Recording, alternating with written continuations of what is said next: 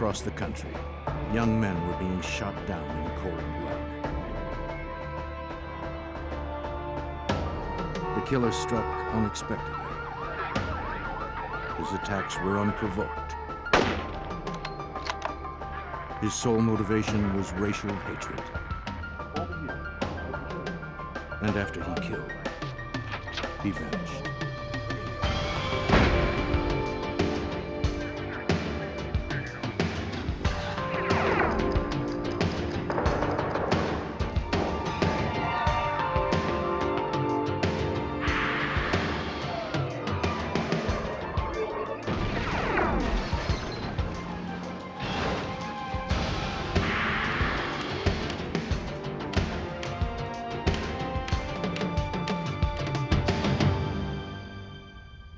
When a sniper in Utah started targeting African-American men for death, authorities launched a massive investigation. With scant clues and no witnesses, they found the odds stacked against them. And they had no idea where the killer would strike next. I'm Jim Kallstrom, former head of the FBI's New York office. Civil rights violations fall under federal jurisdiction, so the killings become the FBI's business. The investigation soon grew into a nationwide manhunt for a roving serial killer. Salt Lake City, Utah. On an August night in 1980, 4 youths walked through Liberty Park enjoying the last days of their summer. 20-year-old Ted Fields and 18-year-old David Martin had just finished choir practice. Terry Elrod had just begun dating David a few weeks earlier and had set up her friend Karma Ingersoll with Ted. This was their first date. The four had met to jog in the park, but decided to walk and talk instead. They were too preoccupied with each other to notice a man watching them through the scope of his rifle. When David Martin dropped to his knees, the others thought he was joking. Then Terry felt something sting her arm, and she knew he was deadly serious. Ted told the girls to take cover while he tried to help his friend.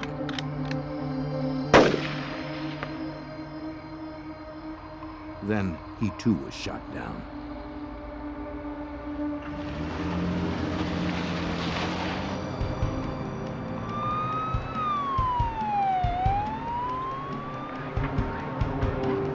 Police and rescue units raced to the scene.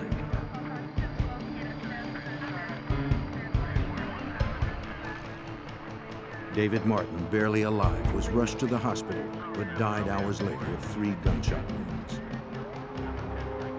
Ted Fields, the son of a police chaplain, was dead.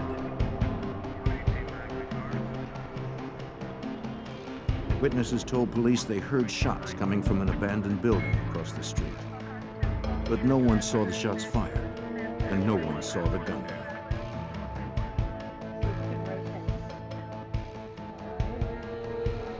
Detectives spoke with Terry Elrod at the nearby trauma center where she was being treated for her wound. She was still badly shaken, but told investigators what she could recall. When she and her friends reached the intersection, she thought she heard firecrackers.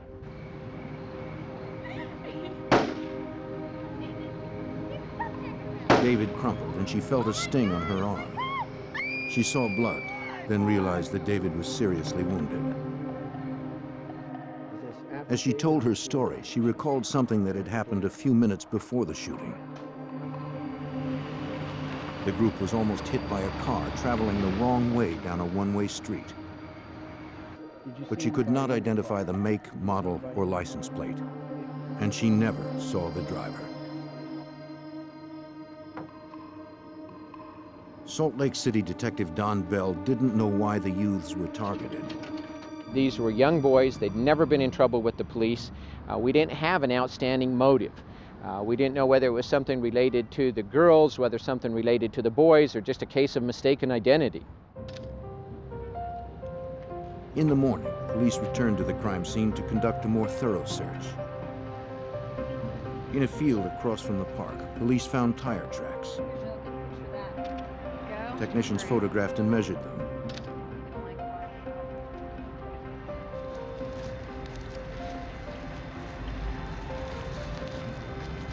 Close to the tracks, police recovered 6 bullet casings. Witnesses said they had heard the gunfire coming from the abandoned building. Now detectives believe that what they heard were the echoes. The shooter had apparently hidden in the bushes, lying in wait for the foursome to walk into range.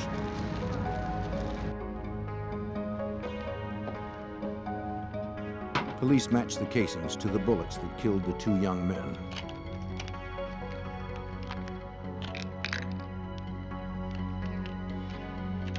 They sent the evidence to the FBI ballistics lab in Washington, D.C. to determine the type of gun the assassin used. That would take time. Investigators tried to find other leads to the killer's identity. Bell started with the family members of the victims. In particular, Terry Elrod's father seemed like a possible suspect. You looking for me? Teach Elrod led an outlaw biker gang and was upset that Terry was dating a black man. Detectives spent 3 days tracking him down. So where have you been? Hanging out. When they found him, he agreed to come in for questioning. Investigators were very thorough with him. He said he'd been on a whitewater rafting trip and that friends could back up his story. What? I did? Just have I did? Just have a What seat. am I, under arrest or something? Detectives weren't convinced. They demanded Elrod take a polygraph test. Find out right now. Have a seat. He would pass, and his alibi was corroborated. Police had no more suspects.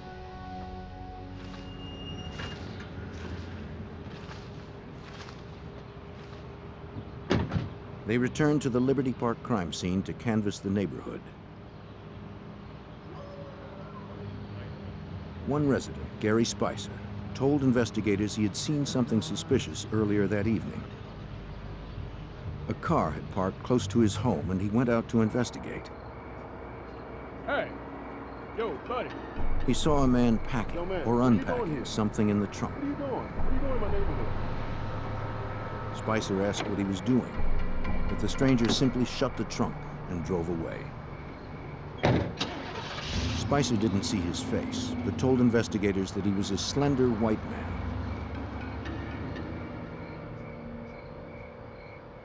He described the car as a Camaro with chrome mags. Yeah.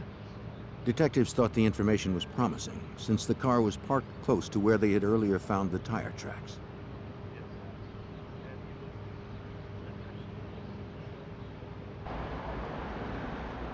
Two days after the murders, police seemed no closer to solving it.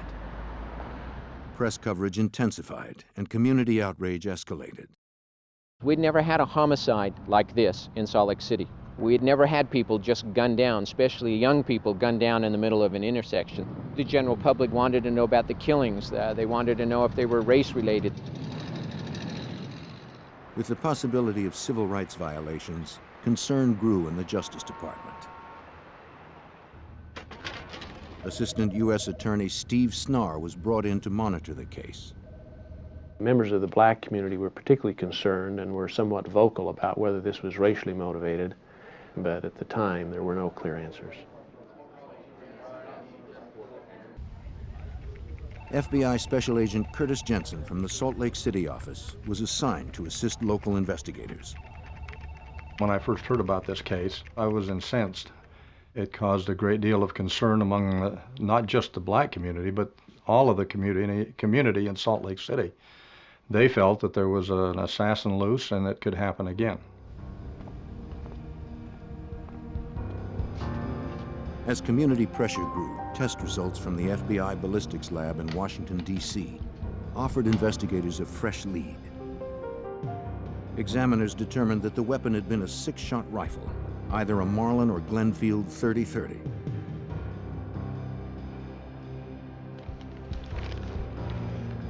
After searching gun shops and classified ads for recent purchases, investigators assembled 150 weapons that matched the description.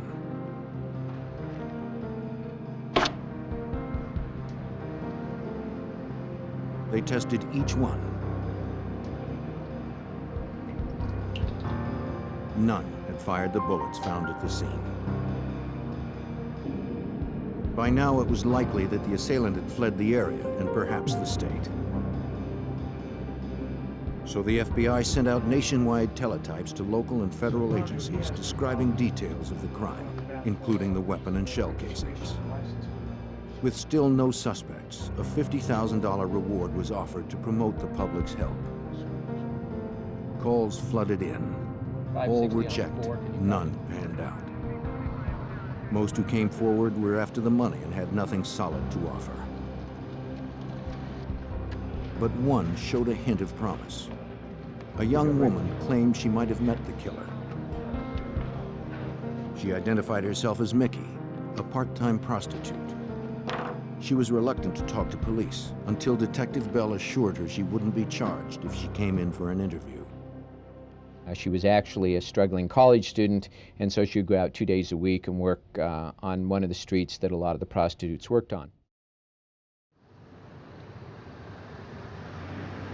She told the detective about a man she had met sometime in August, close to the time of the killings. Mickey was walking down the street when a man in a Camaro pulled up and asked if she wanted to party. She hadn't planned on turning any tricks that day, so she said no. He said he'd make it worth her while. She relented since she needed the money and the man didn't seem threatening. He spoke with a southern accent and introduced himself as Bill Hagman. He drove her to the Regal Inn Motel. Just get ready to go. In the room, Mickey noticed that Hagman had weapons. She described 2 long guns that stood in the corner and 1 silver handgun. Hagman didn't talk about them, and Mickey was afraid to ask. She also said that the man had tattoos on both arms. On his left forearm was an American eagle, on the right, the Grim Reaper.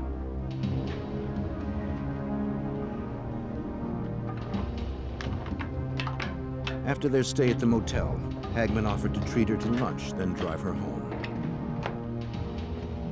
At an intersection on the way to the restaurant, he pulled out his handgun and said something she would never forget. What's with this guy? He explained that he was a contract hitman for the Ku Klux Klan and said, "Do you want me to kill those niggers?" She says, "Put the gun away." She was very concerned about what he was going to do. He then says, "It's real easy. I've done work like this before. You just walk up, you shoot them, you walk on. Everybody's concerned with them falling. No one pays any attention to you." Mickey was terrified, but was able to talk him out of killing the pedestrian. Afterward, Hagman dropped her at her apartment, where he briefly met her roommate. Bell wondered if Mickey was reliable, or just another false witness looking for the reward money. Even if her story was true, Hagman's role in the case was unclear. Did it have anything to do with our killing, or was this just a bad guy that was blowing through town and trying to, make this part-time hooker be impressed with his ability of being a hitman or something? If Mickey could identify the long guns she saw in the motel room, her story would have more weight, especially if she identified them as either a Glenfield or Marlin rifle, which the FBI had determined to be the murder weapon. Mickey told Bell she didn't know much about firearms and didn't look at the weapons for very long. All right, if I had to pick, it would The go detective insisted she try. dark in the room. If I had to But the guns she chose from the photos didn't match either murder weapon. Mickey's story seemed like another dead end. Despite his doubts, Bell made an appointment for her and her roommate to come back and work with a police sketch artist.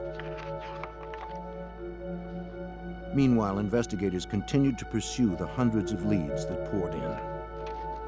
Public pressure was mounting.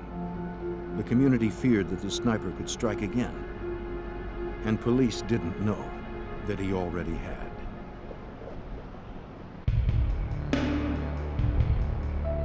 Three weeks after the double murder of 2 young black men in Salt Lake City, the killer's identity remained unknown. Then the investigation took an unexpected turn.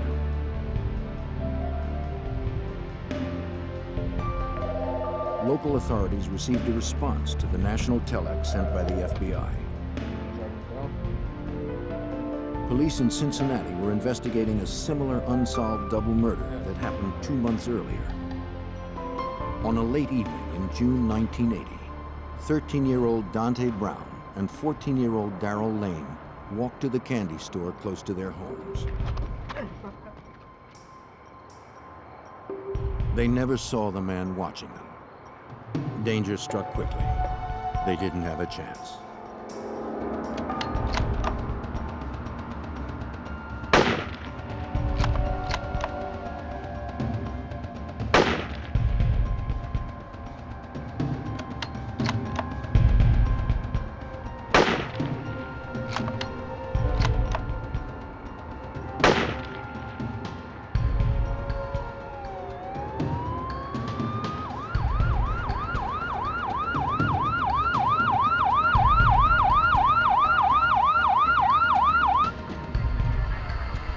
Cincinnati police raced to the scene. They found Darrell Lane dead. Dante was still alive, but in serious condition. Both boys had been shot twice. Just got here, just tied it off. Officers talked to onlookers, hoping someone had seen something, but no one had. Detective Mike O'Brien of the Cincinnati Police recalls that the coroner provided investigators with their first clue. The coroner responded to the scene, and he had already performed a post-mortem examination on one of the young men and was able to tell the trajectory and the direction the shots were fired in. The coroner pointed them towards the train trestle 75 feet away.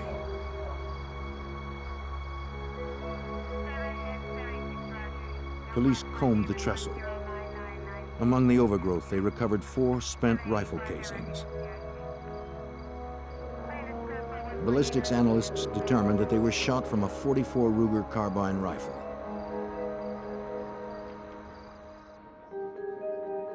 Months had passed since the double murder in Cincinnati, and detectives had no suspects.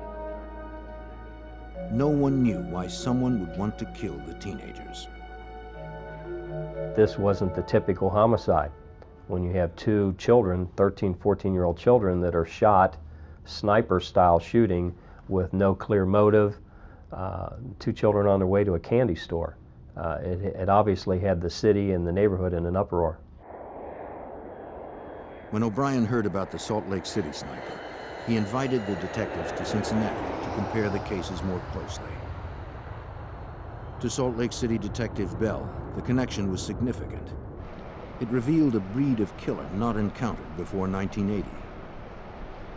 Once we were made aware of this information, we were pretty much convinced that we were dealing with the same killer from back east. And this was actually our real first involvement with what is commonly now referred to as a traveling serial killer.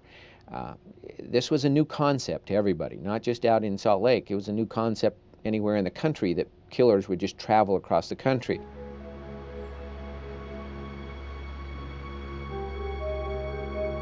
While police from both states met in Cincinnati to search for answers, Detective Bell in Salt Lake City followed up on the slim lead from the prostitute named Mickey. She told him that she'd spent time with a man named Bill Hagman at the Regal Inn Motel. He carried guns and drove a Camaro like one described by witnesses close to the crime scene. At the motel, Bell found a registration card signed by Hagman and dated August 16th, 4 days before the murders. The address Hagman listed was in Kentucky. We had the FBI run the name through their entire database. They had nothing on that name. So we felt fairly confident that everything he'd put on this registration slip was fraudulent. FBI labs in Washington, D.C. dusted the card for latent fingerprints, but found none. They also analyzed Hagman's handwriting and noted some unique characteristics that would make it easy to identify. They had no proof he was the killer, but he was the only lead they had. Although it was a long shot, a team of 20 detectives spread out to search other motels in the area. They carried copies of Hagman's Regal Inn registration card, hoping to match his handwriting in the event he used a different alias. Agent Jensen recalls the extensive search.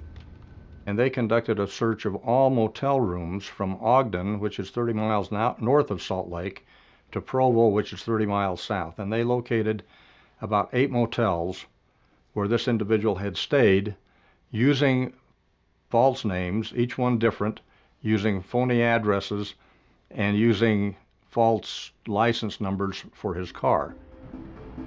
Local investigators also discovered the suspect had stayed at the Scenic Motel on August 20th, the day of the murders. It was just 9 blocks from the shootings in Liberty Park. Though Hagman used different names at each motel, the FBI labs confirmed the handwriting was the same. One of the cards yielded a fingerprint. But a check in the National Fingerprint Database turned up nothing. Is this one of your motel registrations? At the Sandman Motel, they got another break. Help me out for a second. Detectives discovered that his registration card listed a Camaro with its license plate number. Okay, now, I see a license number. But a second license number was written in the margin by the motel's owner. Yes, I do. I wrote that number there. That's the correct number. He must have been in his late 70s, early 80s. He went out every night around 3 o'clock in the morning and would take all of his motel registration slips and walk by all the cars and check their license plate numbers against what were put on the cards, because he was so sure that his guests were going to steal a pillow or a pillowcase. When the owner checked the plates on Hagman's Camaro against his registration, the numbers didn't match. So he recorded the correct Kentucky plates in the margin of the card.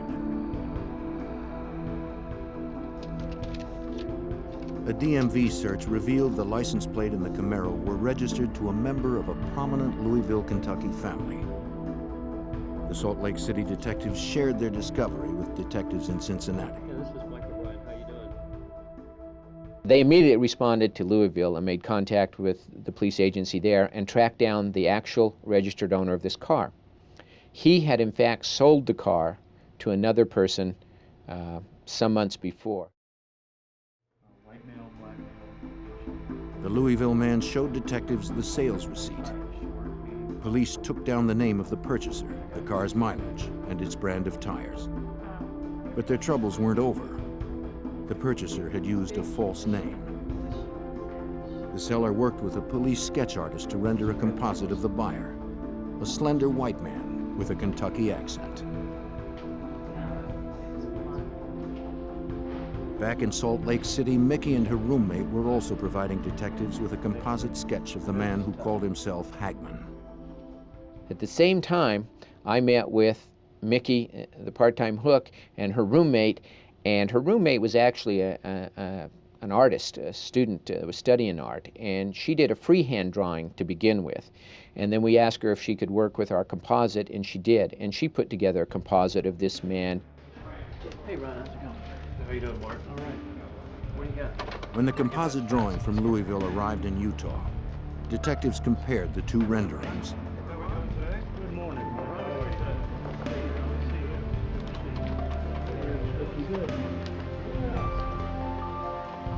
They were remarkably similar. Investigators now had the face of the suspected serial killer. Investigators hunted a serial killer who had murdered 2 young African Americans in Cincinnati and 2 more in Salt Lake City. They now had a sketch of their suspect, but lead detective Don Bell still had no name and no hard evidence connecting him with the murders. We didn't have anything to charge him with. However, we did find a motel that he stayed here in Salt Lake for 2 nights. Since he left without paying, we immediately applied for a warrant, which was granted, and we charged him with defrauding an innkeeper or failure to pay. We issued that warrant under every single name that had been found on every single motel registration card.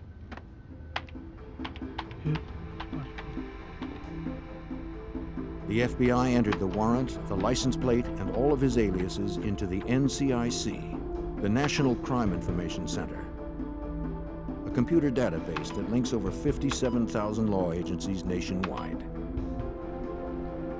On September 25, 1980, over a month after the Salt Lake City murders, the FBI database paid off.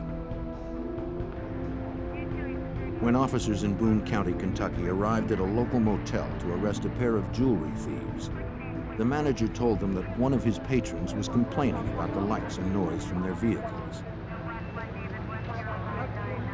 7, 8 police cars in the parking lot with the red lights going and the radios blaring, and another person living in this motel took offense at being disturbed by all this noise and called the manager's office and said, "What are the cops doing there, and how come it's so noisy, and you know, I'm going to leave if you don't quiet down." And so the manager went out and approached one of the Boone County officials and said, "You know, my tenant is really upset that you're causing all this trouble."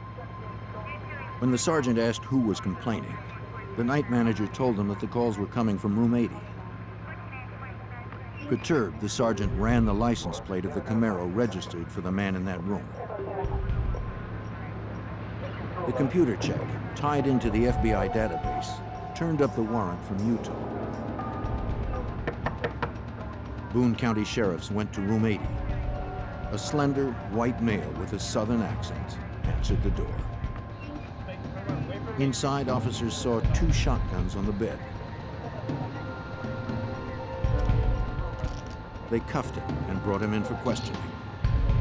This time, the fugitive registered with his real name, Joseph Paul Franklin. They notified Salt Lake City investigators that they had their man. Detective Bell and his colleague were on the next plane to Kentucky.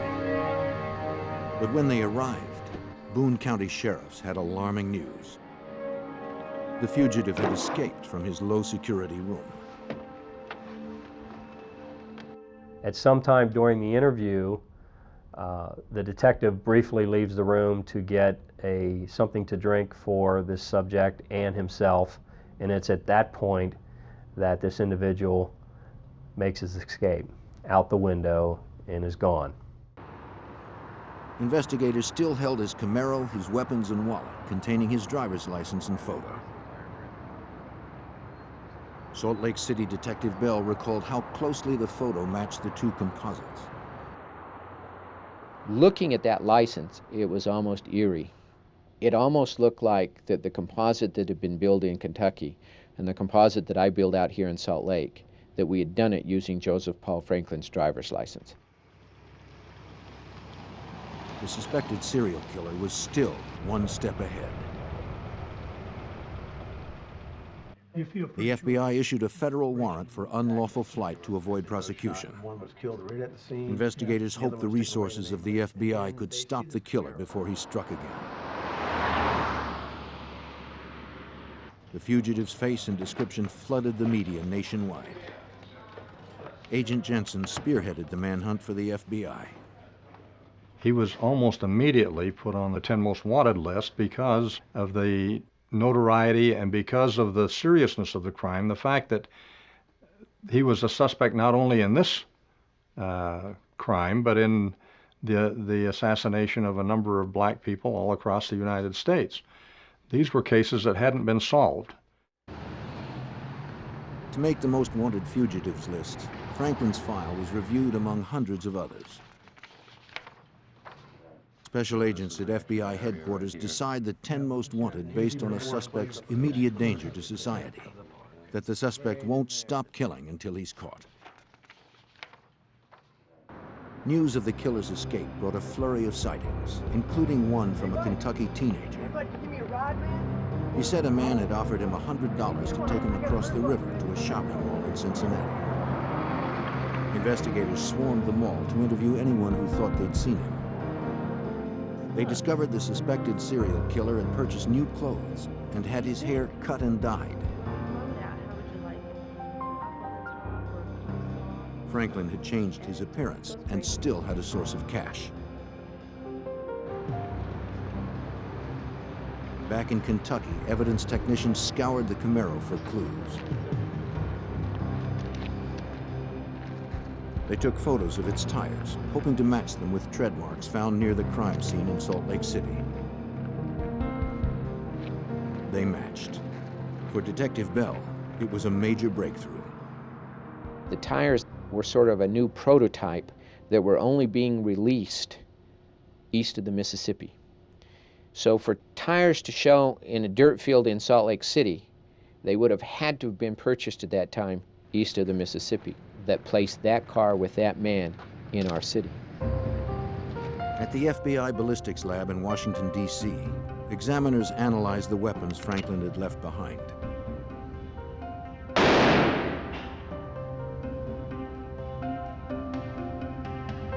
They hoped to determine that one of the guns was the murder weapon. He had 2 rifles and 2 handguns. The FBI was able to compare the ballistics of these weapons with the bullets that were recovered from the victims' bodies. These did not match. The FBI also searched the NCIC database for criminal records and outstanding warrants for Joseph Paul Franklin. They discovered that Franklin had legally changed his name. Have some more information. His birth name was James Clayton Vaughn. The information allowed investigators to dig more deeply into his past. Yep.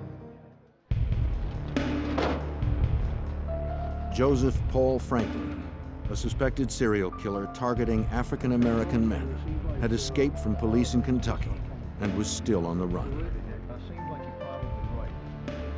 The FBI had determined that he changed his name from James Clayton Vaughn.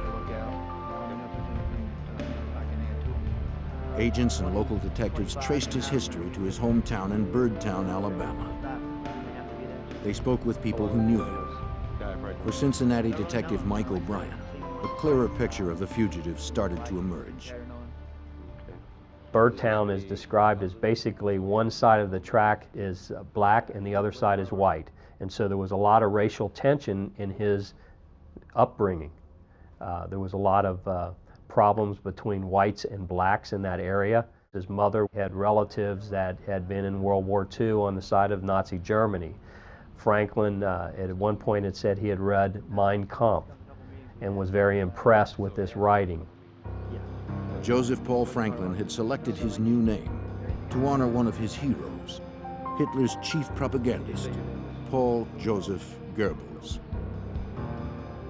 The FBI tracked his movements over the previous year and found that they coincided with several unsolved bank robberies. That's him. That's him. Agents also learned that 2 years earlier, he had sent a letter threatening to kill President Jimmy Carter because of his pro-civil rights views. The president was currently campaigning in the South, where Franklin had last been spotted. The election was just weeks away. If Franklin was going to make good on his threat, it would be soon. Detective Bell remembers that the FBI and Secret Service rushed into action.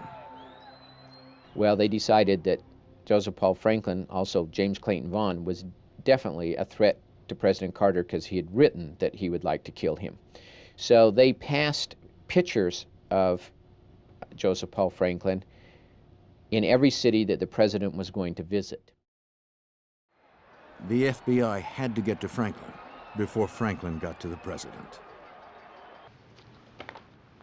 We were able to, through contacting his friends, determine that during the process of his flight, he was selling his blood plasma to obtain money to live on. And as a result of that, we sent bulletins out to all of the blood plasma centers in the southeastern part of the United States. Clinics across the South received packets from the FBI with information on the killer, now suspected of murder in at least 7 states. Miss Jackson, are you okay? I'm just so dizzy. Okay, well, lay down there for a minute. It's going to take just a few minutes to... On October 28th, Franklin entered a clinic in the Tampa area to sell his plasma. The technician prepping him recognized the tattoos from the FBI packet, the Grim Reaper and the American Eagle. Is this your first time giving blood? Oh my gosh, I'm so dizzy. Yeah.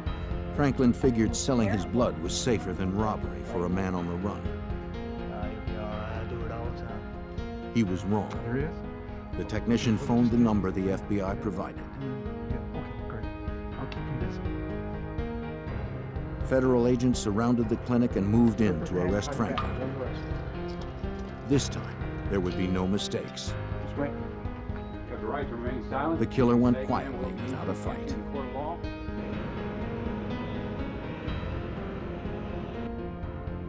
Franklin was taken to Salt Lake City to stand trial for the murders of Ted Fields and David Martin. But Detective Bell suddenly found the entire homicide case in jeopardy. The county attorney didn't feel that we had a strong enough case. It was purely circumstantial as far as he was concerned, and he wasn't willing to go to court on just a purely circumstantial case. But the federal government, through the FBI, decided to step in at that time, and they felt that they had a very good, strong case to bring civil rights violations against him. The civil rights conviction would present obstacles of its own. Prosecutors would have to prove not only that he had committed the homicides in Utah, but that he was motivated out of racial hatred. The FBI held suspected serial killer Joseph Paul Franklin in Salt Lake City, while federal prosecutors built a case to prove his murders were racially motivated. Agents re-interviewed his associates, family, and 2 ex-wives in order to get a clearer picture of Franklin's racial beliefs. Agent Jensen sent his team to Franklin's hometown of Birdtown, Alabama. We were able to go back and meet with people that knew him, and we were able to develop a history of him, if you will, as to what he was like, the fact that he had been associated with the Ku Klux Klan. He'd been associated with the American Nazi Party. The fact that he'd been arrested a number of times for disorderly conduct, and in some instances because he possessed a weapon. Prosecutors pursued witnesses who could testify to Franklin's whereabouts and his racist views. At one motel, a manager agreed to speak at trial about his encounter with Franklin. The police had found a motel where he had stayed before the shooting took place, and he'd gone and registered in the office, and then he went to the room, pulled down the covers, and found black hair in the bed.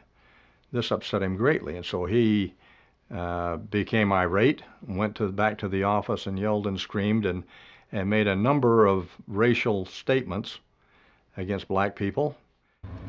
Wherever they went, investigators found witnesses who remembered Franklin's car. Assistant U.S. Attorney Steve Snar recalls that Franklin's Camaro proved crucial to his case. The car that Mr. Franklin was driving was unique. It had a unique color. It had red pinstriping that was a custom kind of striping. It also had unique interior features and non-standard tires and other features that were noticeable to various witnesses who had observed the car in the Salt Lake area. And he pulled up and asked The investigative team also interviewed 2 young women who had ridden in Franklin's Camaro.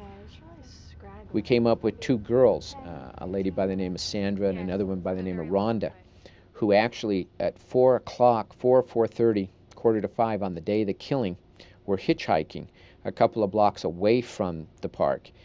This man in the Camaro picked them up, and they needed to get to the downtown bank to deposit their paycheck before it closed at 5.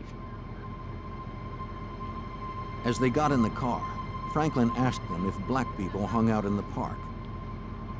One of the girls, who was dating a black man, said yes. Before he dropped them off, he handed them printed cards that said, "Take off your clothes." Bell sent the cards to the FBI lab, and examiners were able to conclusively match them to similar cards found in the glove compartment of Franklin's Camaro. The timing of the women's story was also compelling. They actually saw him again that night, a block and a half away from the park at 8:30. So little by little, we're putting him almost in the park at the same time the victims were.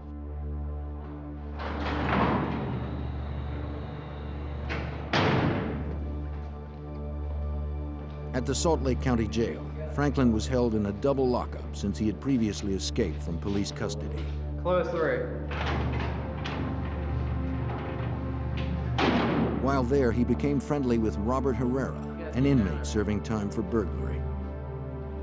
Herrera had more recently been disciplined for brawling with a black inmate. Although the fight was not racially motivated, Franklin assumed Herrera held the same hatred of African Americans.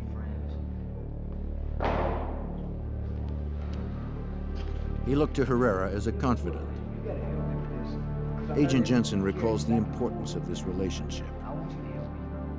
He told Herrera, he confessed to Herrera that he had shot the two joggers in Salt Lake City, and also confessed to a homicide in Oklahoma City. Herrera arranged a meeting with the FBI and local investigators. He had a proposition for them. How's it going? Herrera would become a federal witness against Franklin if the state would guarantee his early release. Franklin told Herrera why he shot the couples in Liberty Park. He said he believed people of different races should never mix. When Franklin saw the black men walking with white girls in the park, he felt they should die. Investigators were not convinced they could trust Herrera. A confession to a convict would not ensure a successful prosecution. You know, we've got one phone, two people. We have to coordinate out here too. When investigators requested more information, Herrera told them about Franklin's whereabouts following the Salt Lake City murders. Well, I can tell you what he did after the shootings. He did the shootings, he left here, he went north to a town north of Salt Lake, Ogden. He took the freeway across Nevada through Winnemucca, Battle Mountain, Reno, and into San Francisco, and he sold the rifle that he killed the kids at a flea market outside of the Bay Area. Agents and local investigators needed to confirm Herrera's story. If they could find the rifle Franklin had used in Liberty Park, investigators would have the piece they were missing. Detective Bell sent his team to the flea market outside San Francisco. They interviewed gun dealers and other witnesses. So they saturated the flea market, and they did come up with witnesses who remembered Joseph Paul Franklin and remembered that he was selling guns. But we could never find the gun. Even without the weapon, Herrera's story was confirmed. Franklin's movements following the murders would be critical for the prosecution. Well, this was pretty good information because we'd never been able, the FBI, ourselves, no one had ever been able to find out where Mr. Franklin had gone after doing the killing. After agents corroborated his story, they met with Herrera again. He told investigators about other crimes Franklin confessed to. Franklin admitted shooting hustler publisher Larry Flint, crippling him in 1977 for portraying black men with white women in his magazine. Franklin also said he shot Vernon Jordan, the president of the National Urban League, in May of 1980. Federal prosecutors felt they had enough to bring the civil rights case to trial. Well, the prosecution was an involved prosecution involving 65 witnesses and approximately 100 different exhibits. However, we managed to expedite the case and move things along in telling our story and recreating the actions and things that took place. The trial lasted 5.5 days and we were done. The jury deliberated just 5 hours, finding Joseph Paul Franklin guilty of the federal civil rights violations. The judge sentenced him to 2 life terms. Franklin was furious that he was going to prison for the rest of his life, but more so because an African-American prosecutor helped put him there.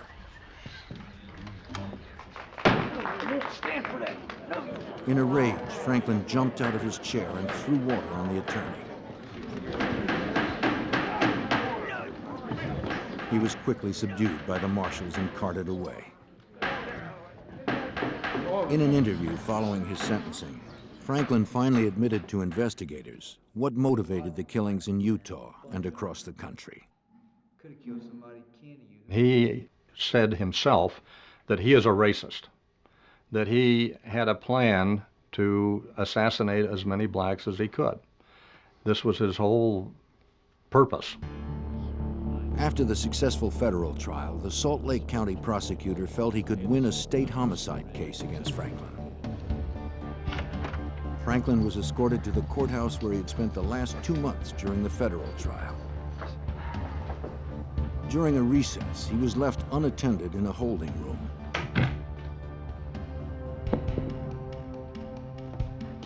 Before the court officer returned, he freed himself and pried the door off its hinges. Franklin had escaped. No one knew how he had escaped from the holding cell. But when the jailers went to bring him back into court before the jury came in, he wasn't in the conference room. Jeff! Jeff! It looked as if Joseph Paul Franklin was free once again to continue his path of terror. The elevator was his only way out, and only operable with a guard's key. But a marshal found the control panel dismantled. Franklin had hot-wired it using only a dime and a paper clip. He was able to take the plate off the elevator, the prisoner elevator, and strip the wires and call the elevator to that floor. And then he disappeared. Police closed off the streets as jailers searched the courthouse for the fugitive. The rest of us, we immediately put out an area-wide alert that this man had escaped, and we brought every available officer there was scouring the downtown area. At the same time, the jailer decided that maybe he noticed that the top panel on the elevator had been loosened. So he climbed up on top of the elevator and noticed some movement in the dust and thought, well, somehow he's in this building. So that particular jailer started crawling every single air duct in the courthouse. He found him. Franklin scurried like a rat in the ductwork, always remaining out of his reach. But when Franklin came to the end of the duct, a second guard was waiting. Got your bracelets right here. Yeah, well. He was back in custody within an hour. That's it. Get him out of here. We cleaned him off and combed his hair and brought him back in. And the jury was none the wiser. They just got an extra hour for lunch. Over his next 17 years in prison, Franklin confessed to 16 murders in 8 states. In all that time, he never admitted to the double homicide in Cincinnati. Detective Mike O'Brien never gave up. He continued to build his case, hoping to convict Franklin of the Cincinnati murders. O'Brien's break came when he was able to convince Franklin to interview with Melissa Powers, an assistant district attorney from Cincinnati. The minute that Mr. Franklin walked in the room and sat down, and Miss Powers introduced herself, told him who she was, why she was there, he said, "You know I did it. I killed those 2 kids in Cincinnati." Immediately, as he sat down, which was what I've been trying to get him to do for some 17 years. He did in a matter of about 30 seconds. In 1998, Franklin received 2 more life sentences for the Cincinnati murders. In Missouri, he was sentenced to death for 2 others. Franklin would never have another opportunity to escape. Detective Don Bell remained haunted by Franklin's rampage of violence. I don't understand this type of killer, that he would actually just take a complete stranger, and because of their race and who they were standing by or talking to, he would feel it necessary to kill him. He's one of those few people that I just have absolutely no explanation for, and it's still hard for me to understand. For the families of Franklin's victims, peace had finally come. Franklin would never be free to kill again.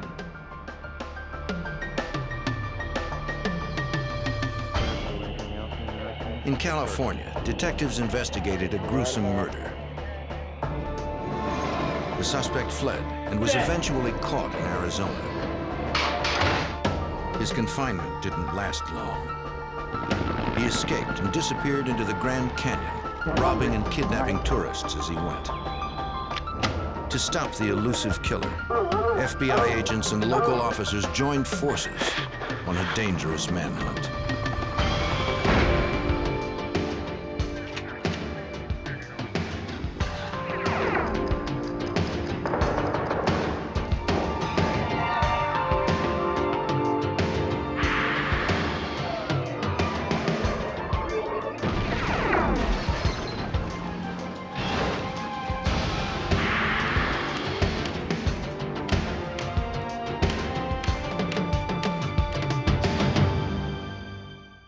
A killer was on the loose in one of America's most popular tourist destinations. Armed and desperate, he evaded law enforcement at every turn. As the 4th of July weekend quickly approached, thousands of people became potential targets. I'm Jim Kallstrom, former head of the FBI's New York office. Agents would use any means necessary to track a killer before he could strike again.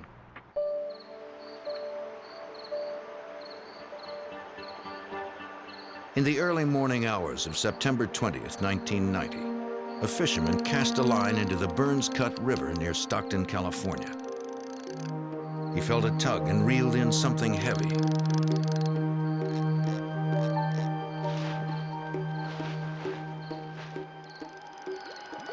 It was a large plastic bag.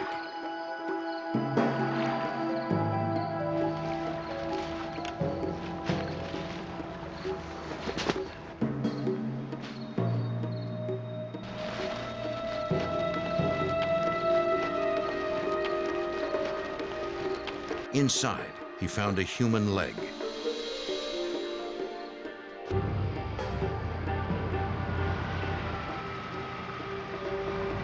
The fisherman called the San Joaquin County Sheriff's Office.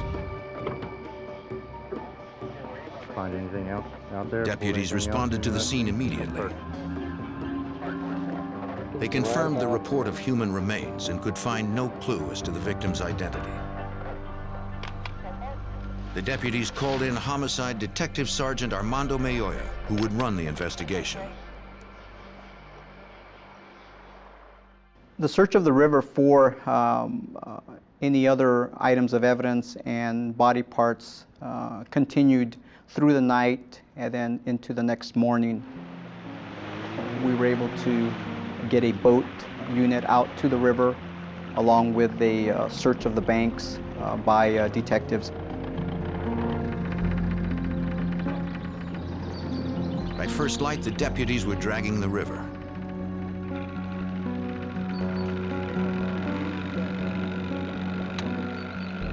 While they checked the deeper water, detectives walked the riverbank.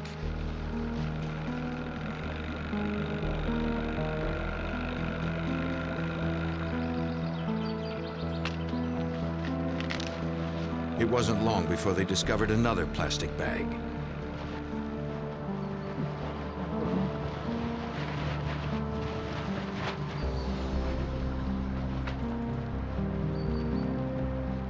Inside were 2 arms. The wrists were bound together with masking tape.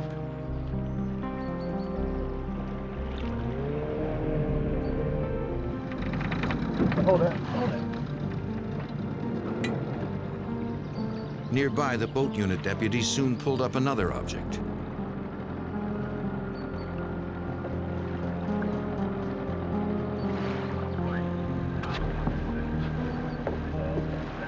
It was a human torso wrapped in a sheet.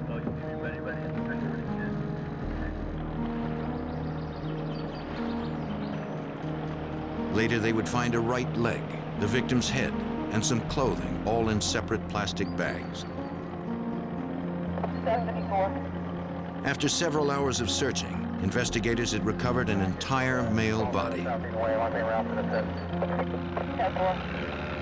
They didn't know who the man was. It was a pretty brutal murder case. And for someone to take the time to dismember a person and to transport that person in different bags and dispose of the body without caring, it's very callous and cold. At the morgue, a coroner examined the remains. He determined that the victim had been dismembered with a serrated knife.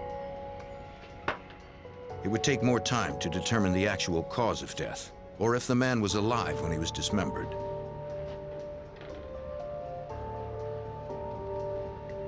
Detectives searched the clothing and found a wallet containing a California driver's license.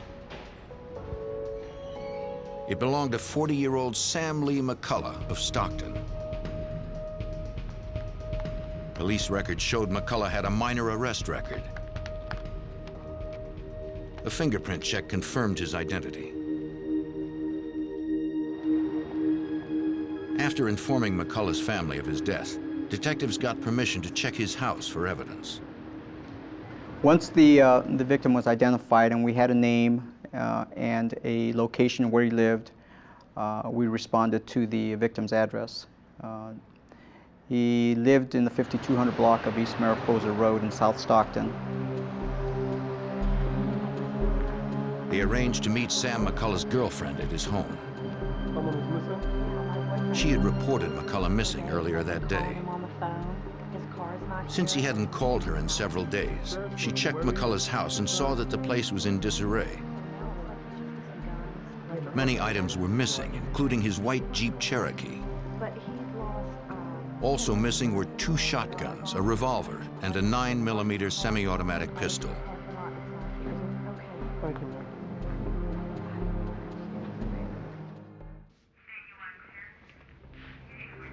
Detectives and deputies examined McCullough's house. Noting footprints on the floor, they conducted an electrostatic search to reveal details of the prints, which appeared to be made by boots. Investigators also recovered latent fingerprints, but none were foreign to the house.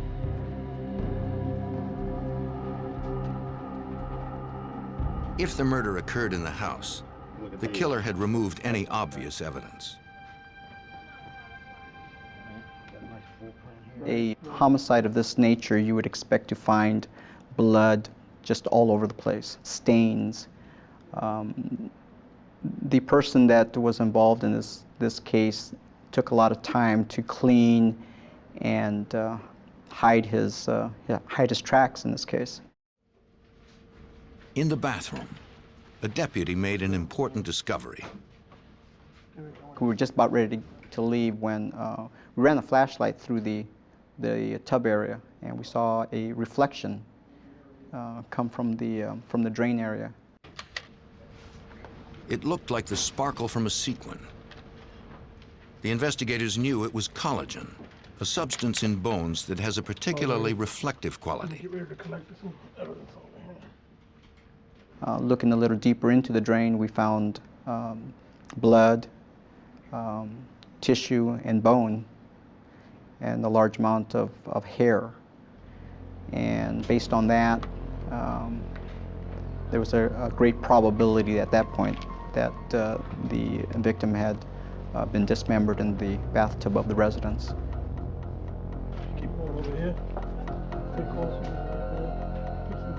Laboratory tests would later match the blood and hair to Sam McCullough.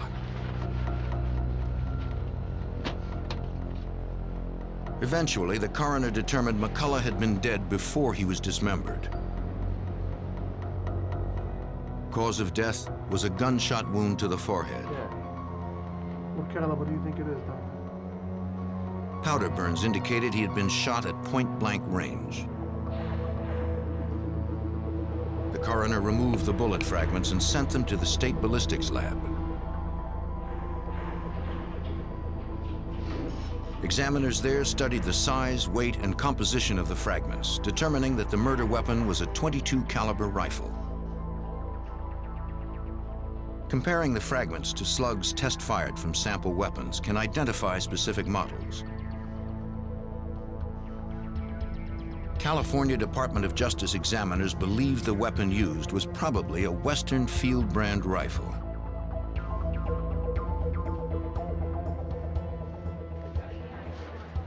Detectives found documents listing the serial numbers of McCullough's Jeep and his guns. They entered the numbers into the National Crime Information Center. The NCIC is a nationwide database used by law enforcement agencies to track criminals, missing persons, and stolen property. If the items turned up anywhere, San Joaquin detectives would be notified.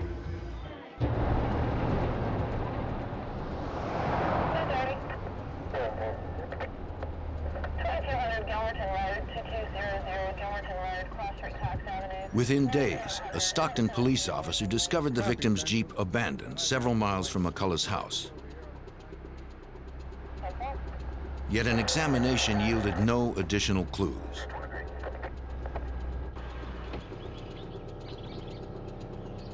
Investigators still had no leads on the killer. They canvassed McCullough's neighborhood, hoping to find a witness. No one reported seeing or hearing anything unusual. But one neighbor recalled that McCullough had been robbed 2 years earlier.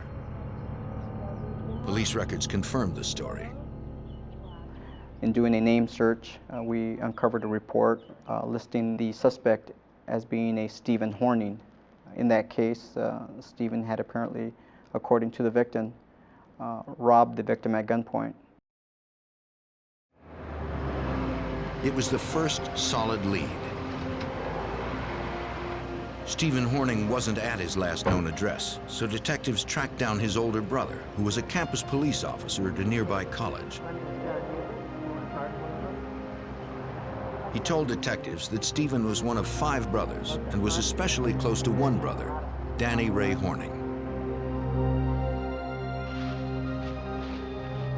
Stephen and Danny spent a lot of time together.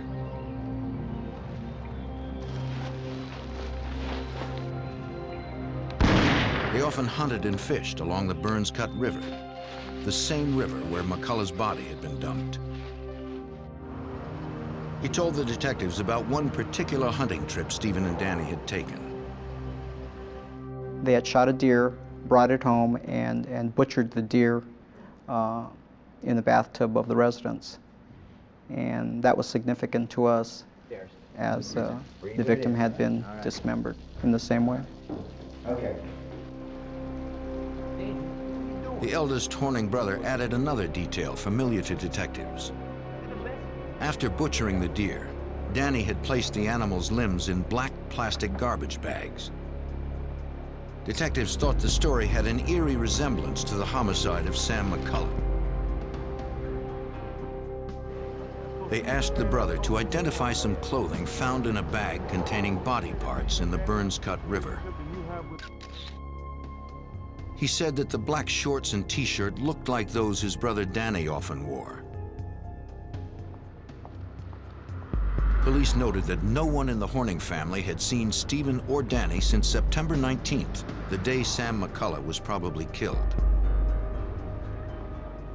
The investigation progressed to the point where there was enough probable cause to present the case to a judge, and a search warrant was issued for Stephen and Danny, along with an arrest warrant.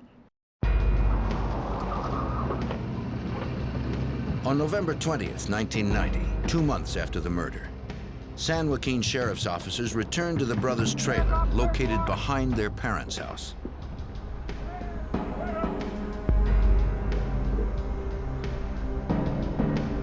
No one was inside, so detectives searched the surrounding area.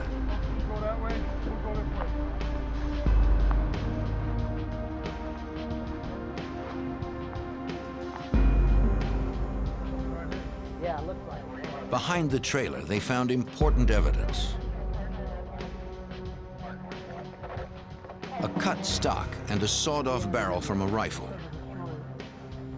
Lab examiners had reported that the weapon used to kill McCullough was probably a Western Field brand .22 caliber rifle. The barrel found in the field next to the suspect's house was a Western Field .22 caliber barrel. The next day, deputies went back to the trailer. One of the brothers, Stephen Horning, was there. He was arrested and charged with murder. The second suspect, Stephen's brother Danny Ray Horning, was nowhere to be found. Sit down here, watch your name.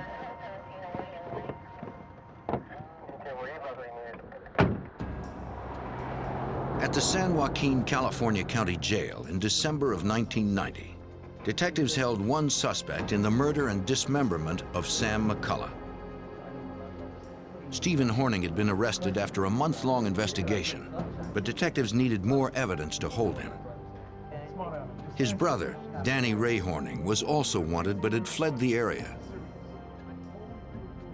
Stephen swore he had nothing to do with the murder and said he didn't know where Danny was.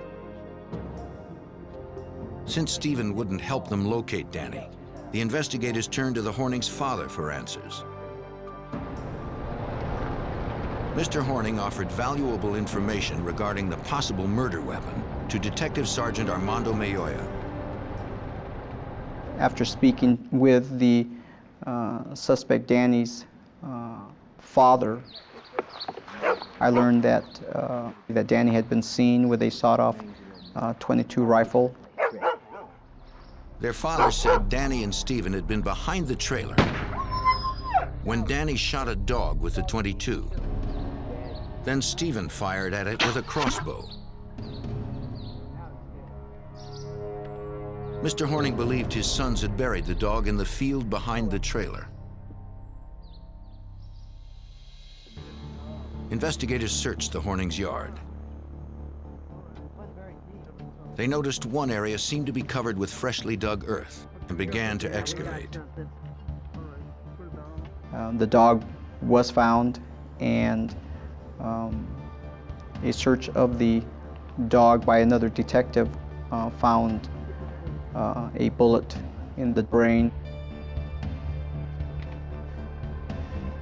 The bullet was processed at the state ballistics lab. Examiners determined that the dog was killed with a Western Field .22 caliber rifle. The same model had been used to murder Sam McCullough.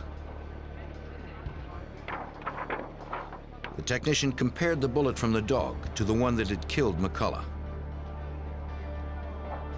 The tests indicated it was likely that both bullets were fired from the same weapon. Detectives returned to the county jail and confronted Stephen Horning.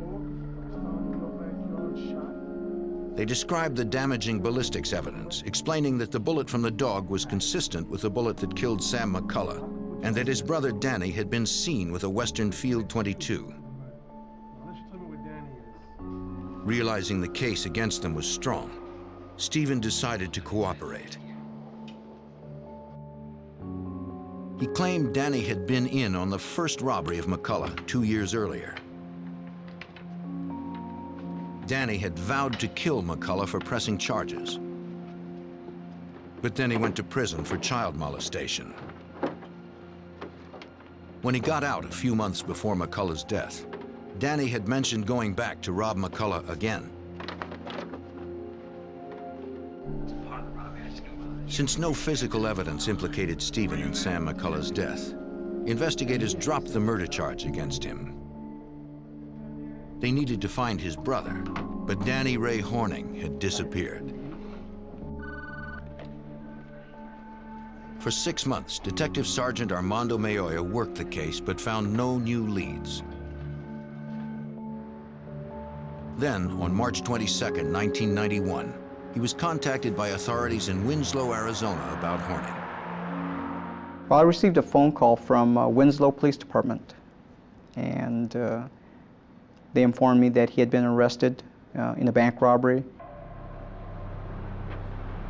That day, Horning had walked into the Valley National Bank in Winslow, more than 800 miles east of Stockton, California. He trained his 9mm pistol on the bank manager while a teller filled a bag with $25,000. When she was in the other room, the teller had tripped a silent alarm.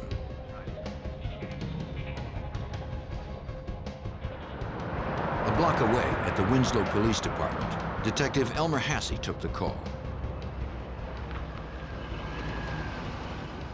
Under the concealment of the unmarked car, I had plenty of cover.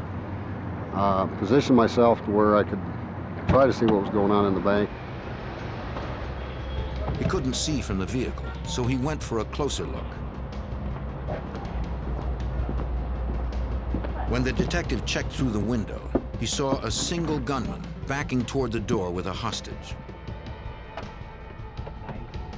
came through the door, I stuck the gun up to his rib cage and pulled him towards the wall and took the bank bag out of his hand. The suspect was carrying a 9mm pistol. Detective Hasse determined the suspect's name was Danny Ray Horning. An NCIC check revealed the murder warrant in California. Hasse described the weapon recovered to Detective Mayoya. They informed me that they had in their possession a 9mm semi-automatic pistol. They gave me the serial number, and I confirmed that number as being the weapon that was taken from the victim McCullough's residence. In Arizona, Horning was convicted of armed robbery, kidnapping, and assault. At trial, he dared a judge to give him the stiffest sentence possible, vowing to escape within a year. The judge accepted the challenge and gave Horning 4 life sentences.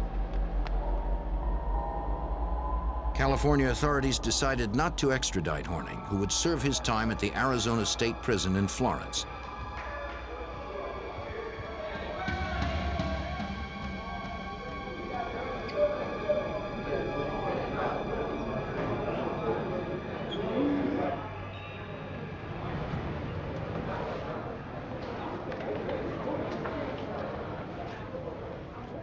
On May 12, 1992, prison officers doing the 4 o'clock head count found that prisoner number 85897 was not in his cell.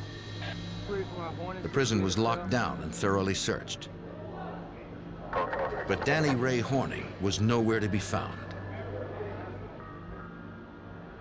The convicted felon and suspected killer was on the run.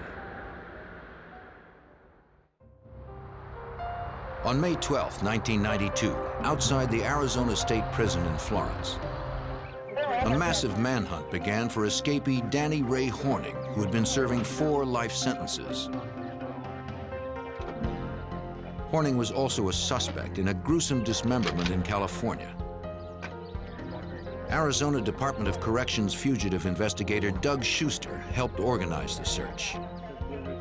We have a lot of expert trackers, dogs, vehicles, equipment. The plan was to track him and apprehend him. We were planning to cite him, pick up a trail, follow him with dogs, horses, men, and locate him. Law enforcement teams from local, state, and federal agencies responded outside the prison. But Horning had disappeared from the immediate area.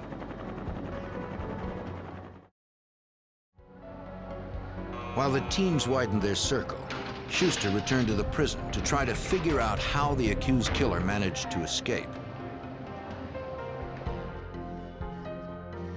Prison officials contacted the FBI to assist in the investigation.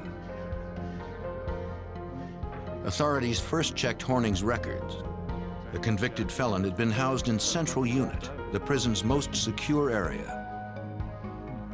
There was no evidence that he had tunneled out or otherwise breached the walls of Central. They interviewed corrections officers and inmates to determine Horning's last actions inside. Doug Schuster first determined why Horning wasn't in his locked cell. At any given time, not all inmates are locked in the cell. Some are out at work sites, some are working in the kitchen, some are working here and there. So you have a portion of your inmates that are supposed to be in their cells. Another portion would be accounted for via an out count sheet. Staff would visually see someone and say, these 4 inmates are in the kitchen working. So they wouldn't be in their cell during the count. Investigators learned that Horning had been assigned a janitorial job, which included cleaning the infirmary.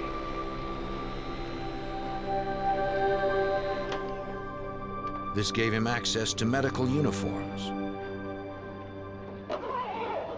Well, he was able to obtain the white lab coat from the medical unit located inside the prison here.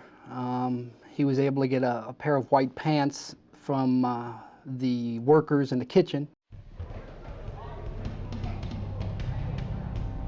Investigators believed Horning exchanged his prison uniform for the lab coat, white pants, and a forged employee ID.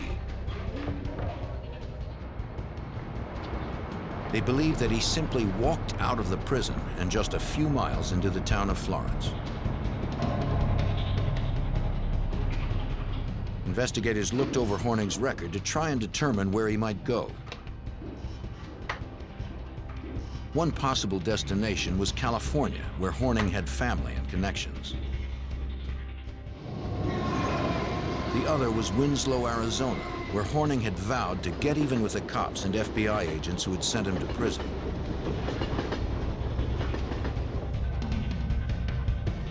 Special Agent Keith Tolhurst of the FBI's Phoenix field office joined the investigation. Are you going up there with him? Are you going to take dog teams up there? He would work closely with the Department of Corrections to stop Horning before he struck again.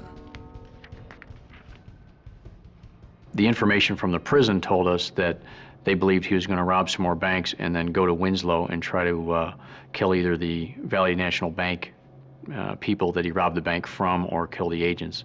So we believed he was going to head that direction.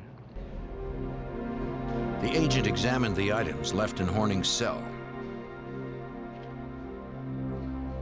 They would be sent to profilers at the FBI Academy in Quantico, Virginia. We started getting involved with our behavioral science unit as well to see if they could profile this guy to find out whether he's the type of individual that would carry out his threats. And basically, it came back later that it looked like he would be able, or at least capable, of carrying out those kind of threats.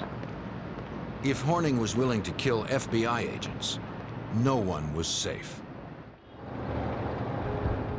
The first solid lead in the hunt for Horning came 3 days after his escape.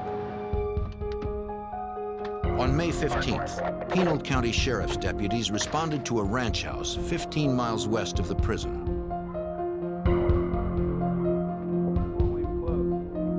The owner said the house had been burglarized.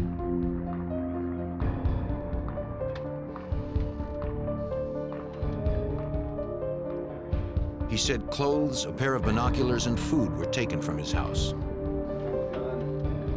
Also missing were several loaded guns. The FBI and local deputies believed it was Horning, stocking up for his bid to seek revenge. They were right. And they found a fingerprint of his at the house to confirm that it was him that had done that. So now we're a little more concerned even that he was headed in the direction that he had said because he was starting to try to carry out his plan. Good afternoon. We're holding this press conference. The fugitive was now armed. The FBI turned to the media to warn the public and to solicit their help. At a news conference, agents released Horning's photo and information about his escape. Anyone spotting Horning was asked to call the FBI immediately, though they were instructed not to approach the suspected killer. The media coverage generated many leads. One came into the FBI from campers, claiming that Horning was stealing food, maps, and camping gear near Lake Mormon, about 170 miles north of the prison. Even though Horning knew how to hunt and fish, the burglaries were essential to his survival in the woods. Local officers followed his trail. He'd break into cabins, he'd steal food, and then he'd move on. And what we ended up trying to do was a house-to-house search of all the cabins in the area. That was something that was going to be done by the local county sheriff offices, and they were searching as many houses as they could.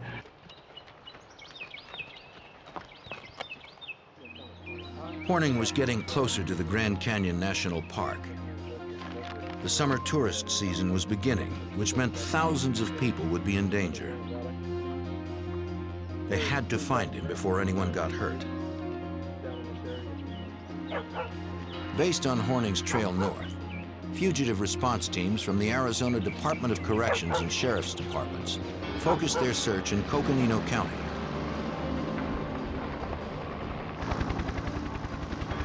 It was an enormous undertaking. Coconino County consists of over 18,000 acres of woods and difficult terrain. Perfect cover for a fugitive. We're in the mountains. It was Lake Mormon area. It was trees, mountains, rocks, hills, helicopters, massive amount of mobilization, radios, dogs, horses, trailers. It was just massive.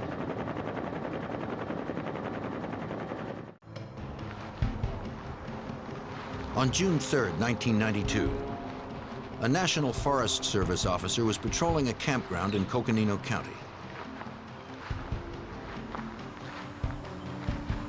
The officer spotted Horning walking out of a wooded area. It was too dangerous for a lone officer to follow the armed killer into the forest.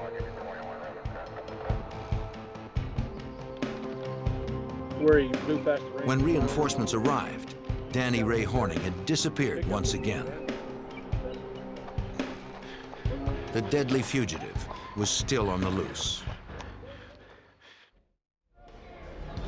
In the summer of 1992, Danny Ray Horning escaped from prison in Florence, Arizona after serving only 9 months of 4 life sentences.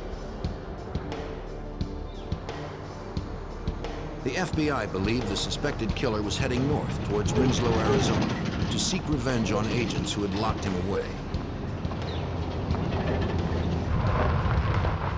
On June 11th, agents responded to a report of a cabin burglary near the town of Pine, midway between the prison and Winslow.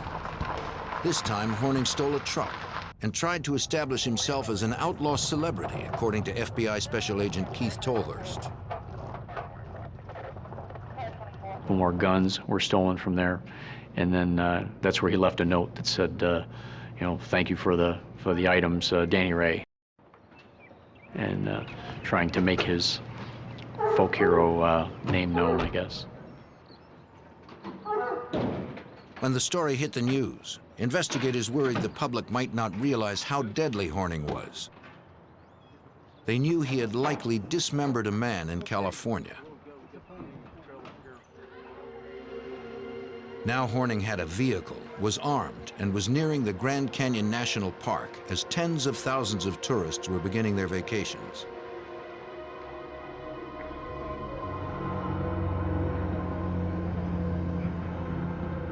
For 10 days, no new sightings came in. With the truck, he might have been hundreds of miles away already.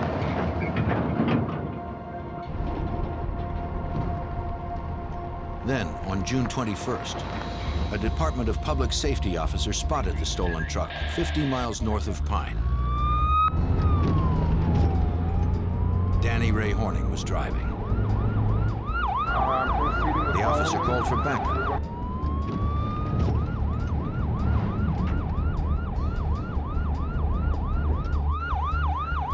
Before other officers could respond, Horning jumped from the truck, then fled on foot into the now familiar cover of the woods. FBI agents responded immediately.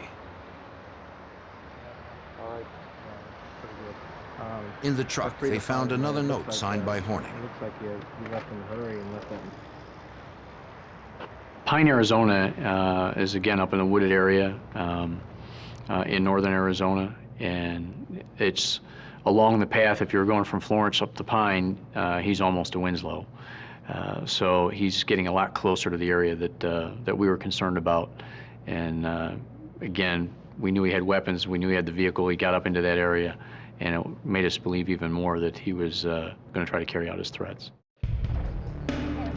Authorities in Winslow weren't the only ones in danger.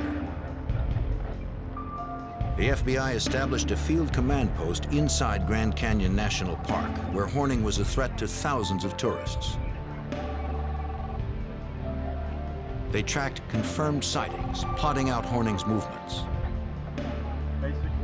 Agents coordinated the response to each sighting and relayed information between the many law enforcement agencies involved.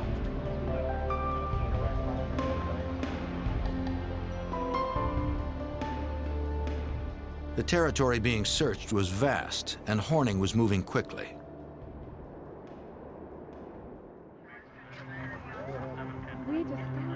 On June 23rd, 2 tourists reported to agents that Horning had carjacked them inside the national park.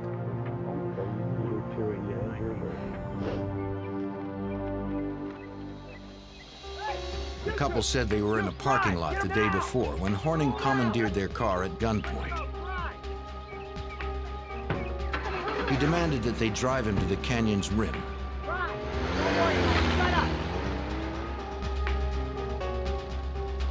He checked into a hotel room there and forced his captives inside. Okay, you two. Quiet. His gun prevented them from calling for help. You understand me? The couple feared he might shoot them at any moment. I need you to release my brother. Horning recorded a message for authorities. And I need a guarantee. He demanded that the search for him be called off. For the next 3 days. He also ordered the release of one of his brothers from prison and $1 million ransom for the release of a family that he planned to kidnap in exchange for the childless couple.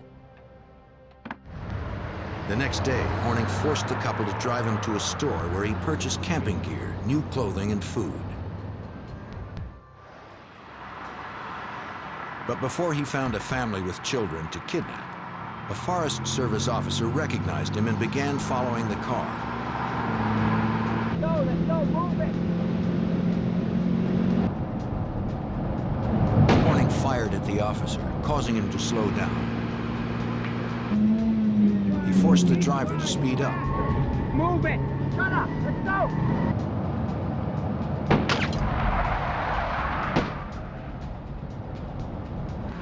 When he had gained some distance, Horning ordered the car stopped. Thanks.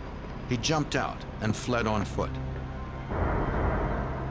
Since he shot at a law officer, it was clear Horning was becoming desperate and more dangerous. We had information that he'd vowed not to be taken alive. He was on this vendetta against the FBI and Valley National Bank, and that he had already been in a shooting with the Forest Service. So we were very cautious as far as going in the woods, which we couldn't just go running after him as fast as he may have been running, which is one of the ways he got some advance time on us. It was really scary. You should really catch The kidnapped couple provided agents with information about Horning's new clothes and plan.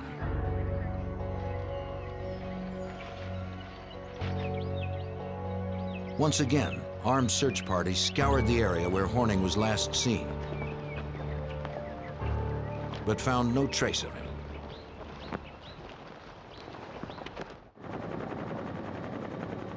Horning was back on foot and hiding out somewhere in the immense Grand Canyon National Park.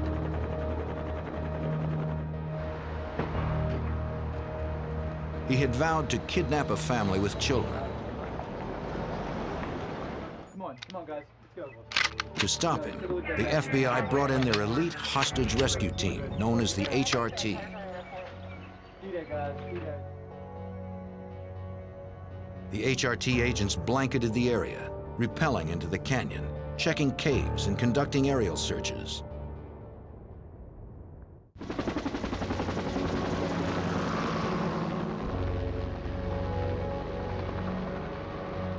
They had to find the suspected killer before he had the chance to kill again.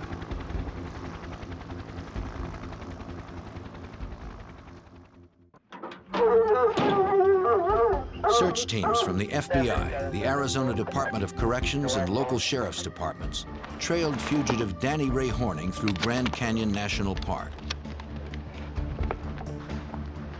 They mobilized dozens of officers, tracking dogs, and helicopters in the effort to find Horning before he kidnapped more hostages.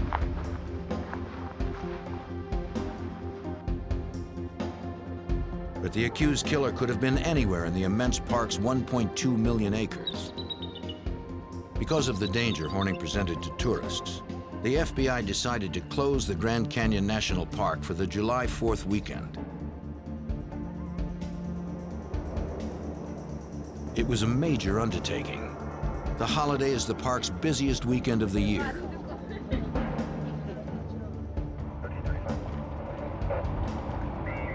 It was also the first time in the park's 73-year history that it had been closed due to a criminal threat.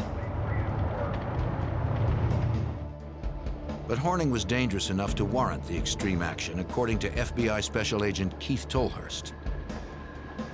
He was moving around inside the canyon, and we couldn't control that because there was too many people in the canyon. So we were going to try to start getting everybody through the roadblocks and try to find him. New visitors were turned away, and those already in the park were asked to leave. Police set up roadblocks at entry and exit points around the Grand Canyon. They searched vehicles and informed motorists of Horning. But they didn't stop him in time. On July 4th, 2 British tourists were preparing to leave the park when an armed man approached them. They knew it was Danny Ray Horning, though he no longer looked like the photos in news reports. He was much thinner, had blonde hair, and was clean-shaven. Since the park had been locked down, the women were Horning's only way out.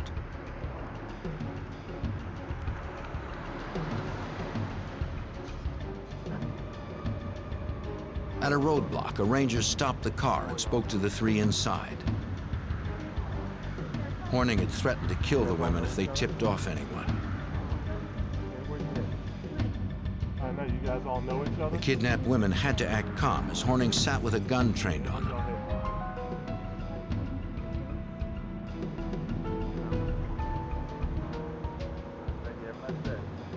The officer didn't recognize the blonde-haired Horning and let them through.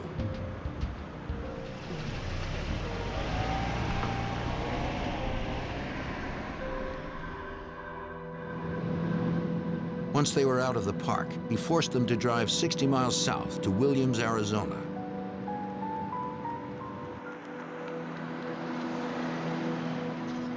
When they were far from the police in the Grand Canyon, Horning ordered them to stop the car.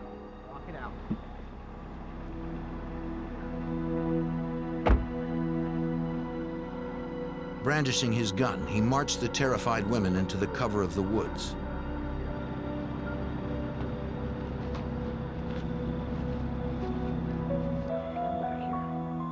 The women believed that Horning was taking them there to execute them.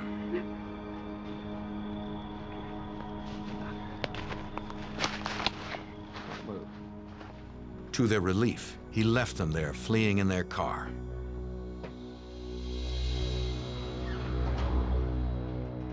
The women managed to free themselves and ran to a store. A clerk there called authorities and was told an officer was nearby. The women were badly shaken but unharmed.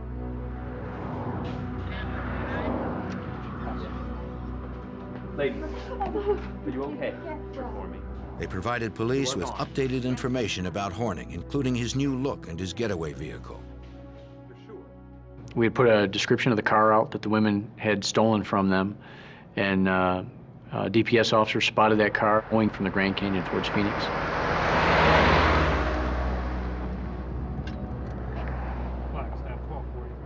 Highway Patrolman Stephen Costello works for the Arizona Department of Safety.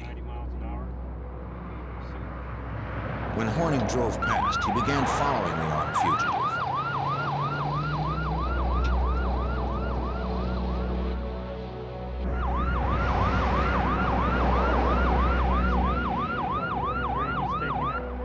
It wasn't long before it became more than a car chase.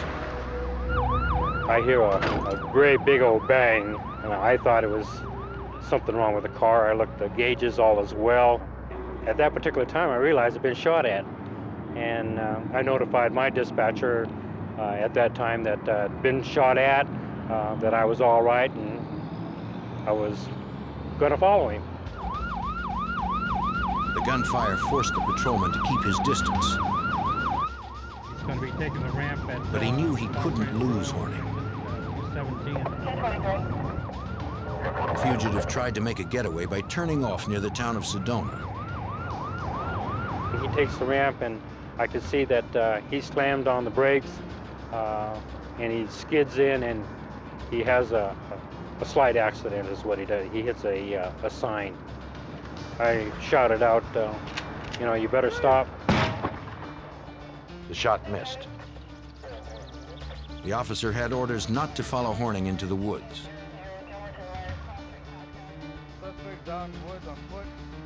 When backup arrived, agents and officers began a grid search of the area.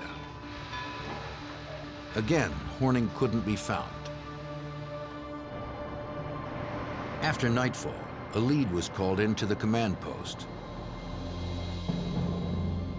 A resident said he saw Horning drinking from a garden hose in a neighborhood near Sedona.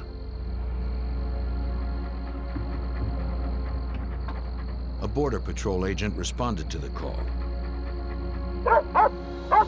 As far as anyone knew, Horning was still armed.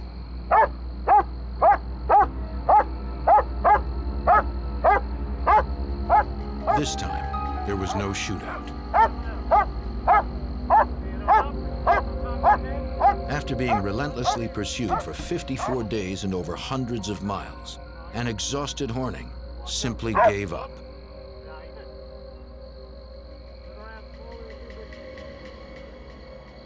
No doubt in my mind that because of the efforts of the teams that had been chasing him, that they had basically run him into the ground. He was laying there, dog-tired with his tongue hanging out, and for a man who still had his weapon on him and vowed not to be taken alive, all he wanted was a glass of water. Danny Ray Horning earned 6 more years for his actions during his violent flight.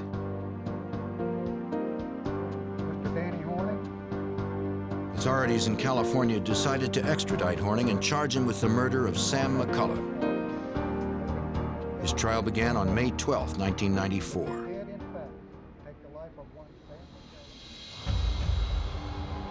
Prosecuting attorneys proved that in September of 1990, Danny Horning broke into Sam McCullough's house to rob him.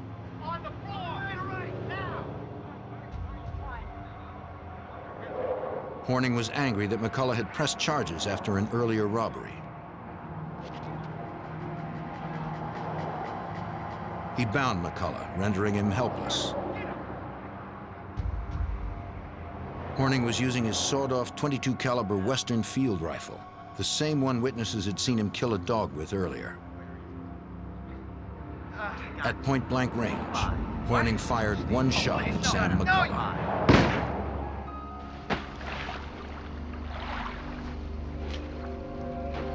Minute blood spatter, as well as the human tissue found in the drain, indicated Horning had likely dismembered the victim in his tub. Then he dumped the body parts into the Burns Cut River. On July 15, 1994, about 4 years after the death of Sam McCullough, a California jury found Horning guilty of murder. He was sentenced to death.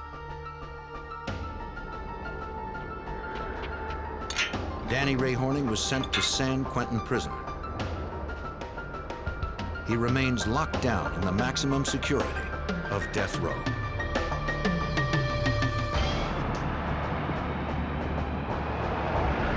On a highway in Northern Virginia, a brazen daytime shooting of employees from the Central Intelligence Agency stunned the country.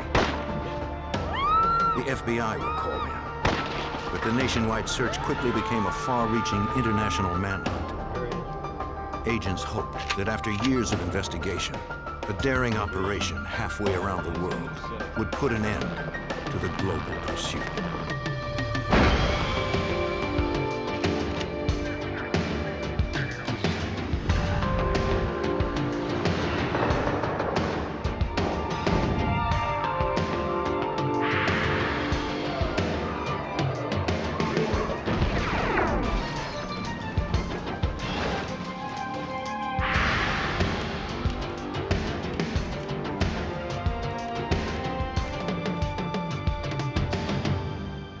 In Langley, Virginia, a terrorist fired into rush hour traffic.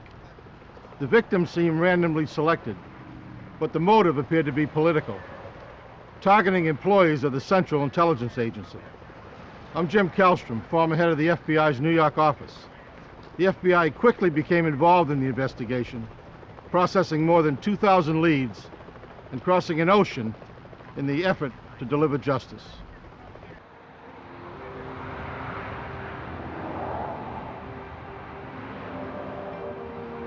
Langley, Virginia, a suburb of Washington, D.C., is home to the headquarters of the Central Intelligence Agency. Monday, January 25th, 1993. Another work week had started for thousands of CIA employees who routinely commute to their jobs at America's global intelligence agency. Workers of varying security clearance and experience waited at the long light to turn left into the CIA compound. All were alone in their cars, except a young couple who had met at the CIA and had recently been married. As newlyweds, they seemed to have their entire life ahead of them. Then the young man was struck from behind by a gunman's bullet. Two employees behind the shooter fled from their vehicles as the man walked forward. A third employee sped off before he could fire. Two more ran the red light as their cars were peppered by bullets. The gunman then shot into a sixth car, hitting the 61-year-old man twice at point-blank range. Behind that car, the shooter realized the first man he shot was still alive. He aimed at the wounded man, this time killing him, but sparing his wife. Only one other employee remained. Frozen by fear, the 66-year-old was killed instantly by two quick shots.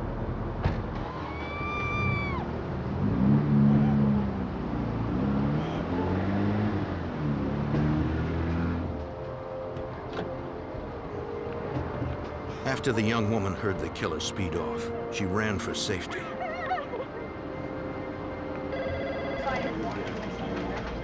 Dozens of urgent 911 calls flooded the switchboard in Fairfax County, Virginia. All available units were ordered to respond. Emergency personnel from several towns raced to save those that clung to life. Fairfax County Detective Fred Fife is assigned as lead detective.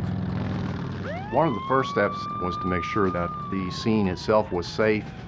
We weren't sure what type of individuals we may have been dealing with, so we had to set up an armed security around the scene to prevent, a further attack. Choppers searched for the fugitive from overhead. Several motorists reported seeing him flee into the surrounding woods after he drove off. The CIA immediately dispatched its tactical security forces to comb the 250-acre compound in and around headquarters. An exhaustive search turned up nothing. Authorities secured a 3-mile radius and closed busy Route 123 except to emergency personnel. At the crime scene, police found 2 dead and 3 critically wounded.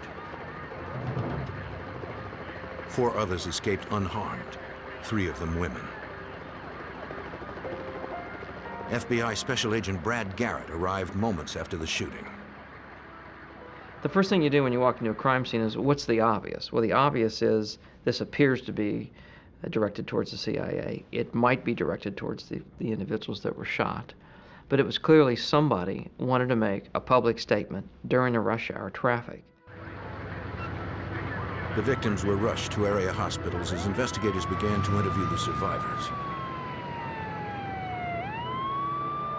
Their first step was to alert the public and area law enforcement to the description of the fugitive and his vehicle. But most witnesses saw little, and their accounts varied. The witnesses stated that the suspect was a male, mostly olive-complected type individual, armed with a rifle. And that was pretty much the composite description we were able to put together. Height varied. The vehicle ranged from being a brown station wagon to a blue truck. I think a lot of the people were in a panic situation and were shielding themselves from being victims. One woman got a closer look than most. She described the shooter as a man with dark hair in his early 30s, wearing a tan jacket and dark pants. Though he had her in his sights, for some reason, he chose not to shoot. We looked at the individuals that were killed, and we said, could there be a connection? Had they done something in the past that someone could have wanted to take revenge on them for whatever reason, whether it be personal or professional, because you got to look at this both ways. The immediate crime scene covered an area of 50 square yards. Glass and shell casings littered the roadway. Forensic technicians needed to record every detail before the bodies of the two slain victims could be removed from their cars, according to Fairfax County crime scene detective Jeff Miller. I have a duty to them, and my duty is I have to be their voice. They've been murdered.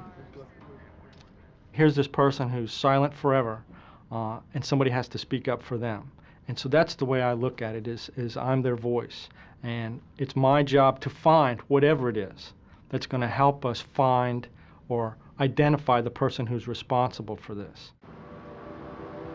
Crime scene investigators recovered 10 empty shell casings. They believe they were likely fired from an AK-47.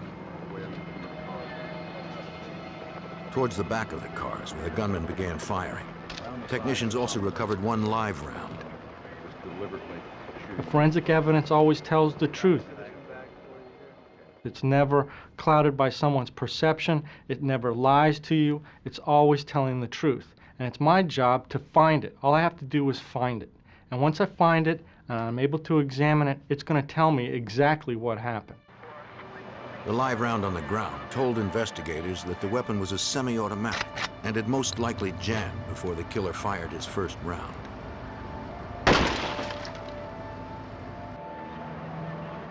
Noting the location of the casings in relation to the shattered glass enabled the team to determine the trajectories and order of the gunman's bullets. Investigators also gathered glass samples from each of the vehicle's broken windows. They hoped the combination of several types of glass found in the same location would prove significant. You had a number of different cars. Each of the cars was a different manufacturer. It had a German car, had an American car, had a Swedish car. The glass that's put in these cars is all different. If some of this glass had spattered back on the shooter, even though it was microscopic, someone who had these three different kinds of glass on their clothing, that might be probative of the investigation. While investigators continued to gather evidence at the crime scene, agents and detectives visited nearby hospitals to speak to the remaining survivors. The young woman who had lost her husband in the assault hadn't seen much since she hid below the dashboard most of the time. She said that the man could have shot her at any moment, but like the previous female survivor, he turned away instead of firing. She also told investigators that she and her husband normally used a different entrance to drive into the CIA compound. FBI agent Brad Garrett wondered who else might have known this. We immediately started looking at who within the CIA, in other words, disgruntled employees, present employees, that may have had a relationship with these people that could have retaliated for whatever reason. There's a lot of bizarre people that have applied to work for the CIA, and they've rejected a lot of people. At the Fairfax County Command Center, the female witness who had gotten the best look at the gunman worked with a police sketch artist. Swear. Based on her description, investigators believe the suspect was of Hispanic or Middle Eastern background. She had not gotten as good a look at his vehicle, but recalled that it was a station wagon. Investigators released the drawings to the public, hoping to elicit leads. One of the first things we had to do was to get out through the media that afternoon a phone number or a system where the potential witnesses that had been in that area that morning could contact us. And we needed to isolate a phone number for that purpose and get it out to the media as quickly as possible.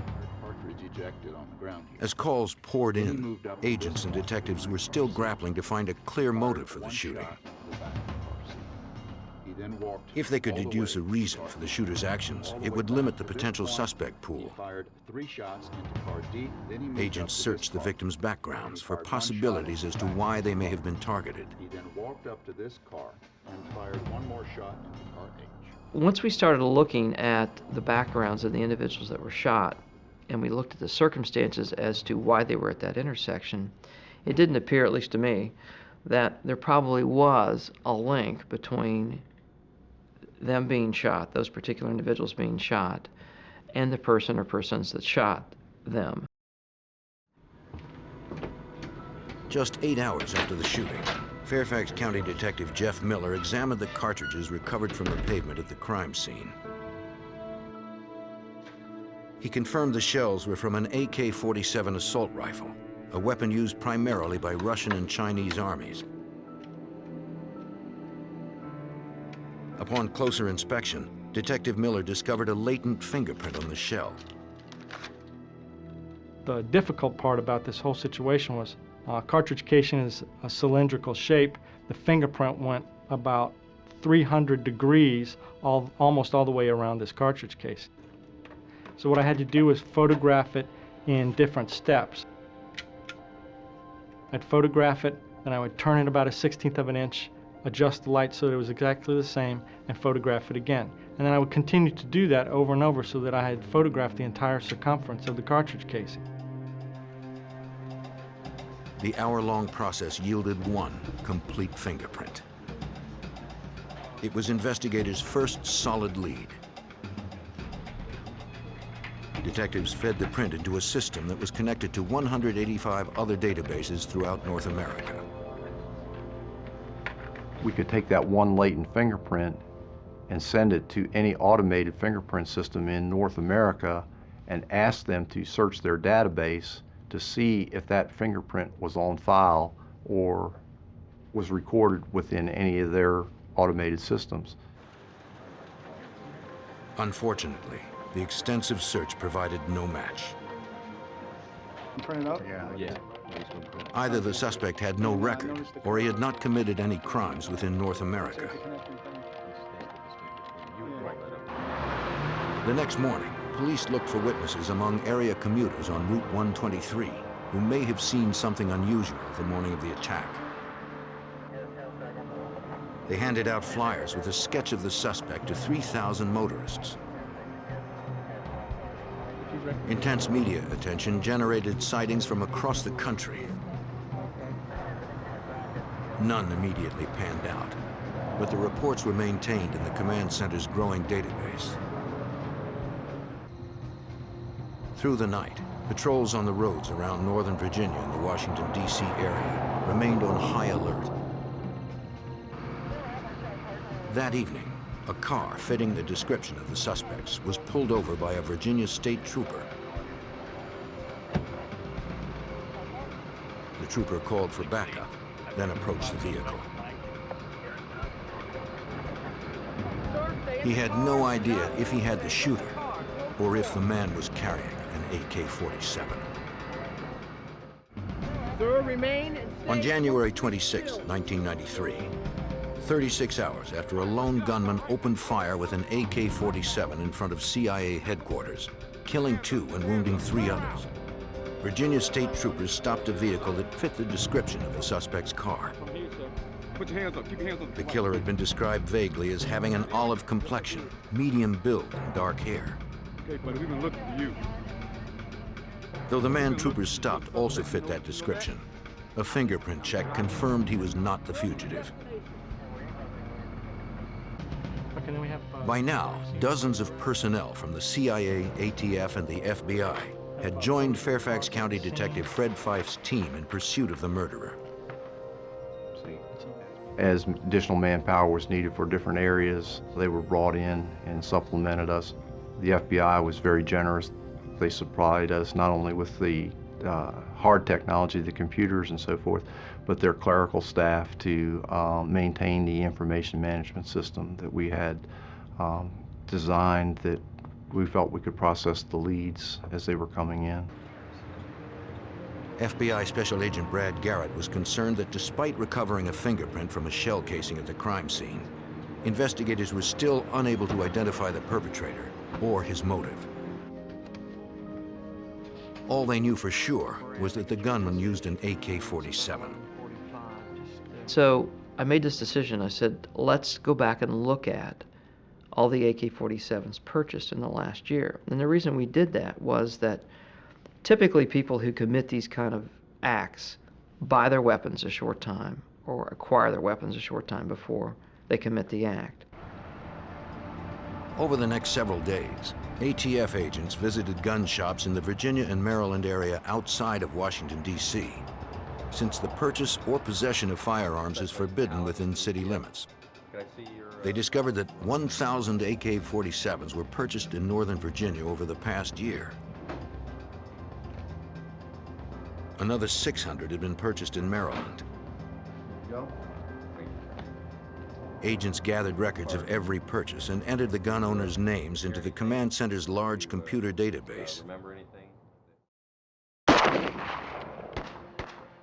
At firing ranges within 100 miles of CIA headquarters, agents also questioned gun owners directly. We're investigating the shootings near the CIA headquarters. They asked if they remembered anyone in the past year who matched the suspect's description and had practiced with an AK-47. Seen this guy? They remembered no one. Anybody that even fits this general. By February 1st, a week after the shooting, investigators hoped their growing database of witness descriptions and gun purchases could provide a common link among the thousands of names and police reports entered so far.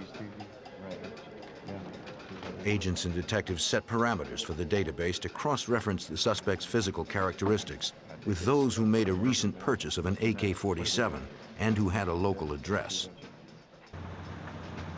The computer returned one name, 28-year-old Mir Emal Kanzi. He had purchased an AK-47 3 days before the shooting. He was a Pakistani immigrant who lived in Herndon, Virginia, and was reported missing 3 days after the shooting by his roommate. Investigators immediately dispatched a team of agents to track down Mir Emal Kanzi. Kanzi was not at home, but the roommate who reported him missing worked at nearby Dulles International Airport.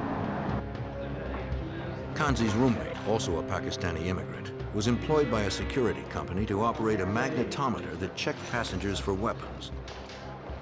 Agent Johnson, any question him? Okay. Yes, sir.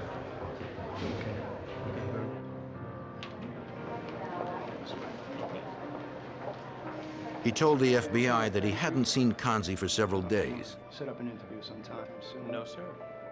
He said he was unable to talk at length since he was on duty, but would meet agents later at his apartment in Herndon, Virginia to answer all their questions. If anything comes up, just give me a call.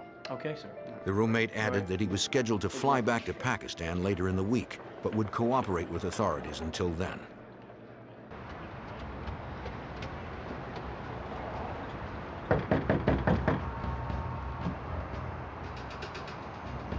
When investigators arrived to question the roommate again, he wasn't there.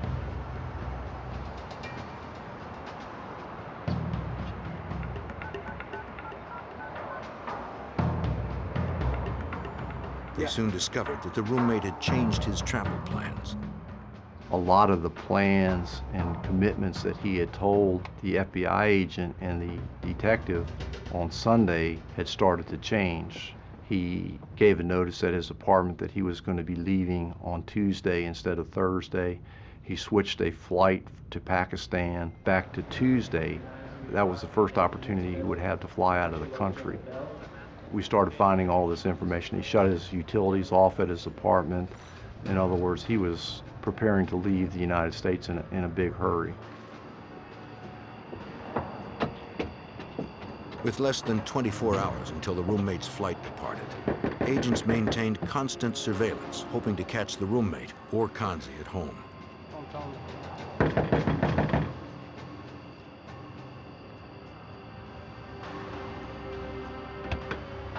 What's up? Their perseverance paid off. They found the roommate alone at home. So, what happened yesterday? There were few items in the apartment. Mind if I look in the bedroom? No, no problem. It appeared that both Kanzi and the roommate were not planning to return. The man didn't know where Kanzi was now, but consented to allow the investigators to search what was left in the barren apartment. In a suitcase stored in the bedroom, agents discovered a Beretta and Makarov automatic pistols, ammunition for an AK-47, and a bulletproof vest. About 10 years. About 10 years. I don't know anything about that. No, sir. The roommate denied any knowledge of the weapons and claimed that the suitcase belonged to Kanzi. I didn't know anything about what he carries or what I don't watch. Investigators continued to search the apartment. Under a couch wrapped in plastic, they found another gun. I don't talk to him. I don't even have a conversation. He just pays the rent. It was an AK-47, the same type of weapon used to kill 2 and wound 3 in front of CIA headquarters. The roommate said he didn't know the weapon was there and added that he had only met Kanzi a few months earlier when Kanzi had first moved in. The roommate told us that Mr. Kanzi initially came to him through another Pakistani because Mr. Kanzi was looking for a place to live. The roommate said, fine, you can live with me, and they set an amount of money for Mr. Kanzi to live with him. It's not mine. They hoped the FBI lab could confirm forensically that they had found the murder weapon. But for now, their prime suspect, Mir Amal Kanzi, was still unaccounted for. By February 8, 1993, 2 weeks had passed since a lone gunman opened fire with an AK-47 in front of CIA headquarters in Langley, Virginia, killing 2 CIA employees and wounding 3 others. The FBI, ATF, and Fairfax County Police believed 28-year-old Mir Amal Kanzi, a Pakistani immigrant, was their prime suspect. At Kanzi's apartment in Herndon, Virginia, investigators continued their search where they had found an AK-47, the same type of weapon used in the CIA shootings. Kanzi was missing, and his Pakistani roommate, who was scheduled to return to Pakistan the following day, had no idea where Kanzi was now, according to FBI Special Agent Brad Garrett. The roommate told us that he really didn't spend much time with Mr. Kanzi. The roommate worked 2 jobs, Mr. Kanzi worked a job. They would occasionally go to the mosque together to pray, but that their interactions with each other were very limited. They were in the apartment many times at different times of the day when the other one was gone. Hoping to assail investigators' suspicions of him, the roommate signed his consent to assist with the investigation. In a closet, investigators found a tan field jacket similar to the one witnesses had described worn by the shooter. In fact, I've seen him. The roommate told them the coat belonged to Kanzi.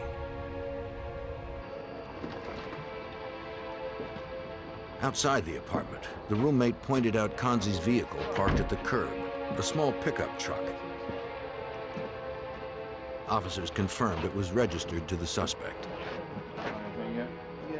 Inside, they spotted a map that was open to the CIA headquarters area in Langley, Virginia. Okay, look at that. Close by, they also saw a clipping about the CIA director. Agents would need to secure a warrant before they could conduct a more thorough search.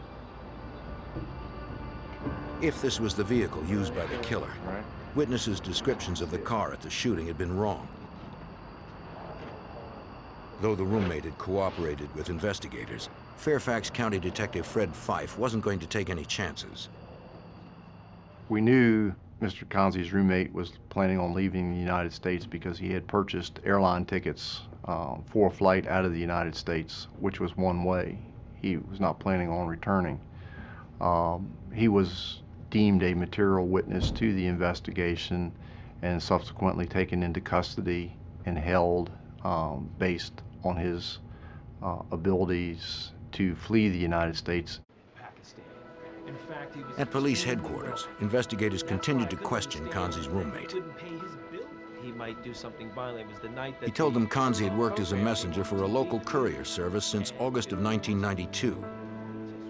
6 months earlier, in February 1992, Kanzi had received political asylum and a work permit from the Immigration and Naturalization Service.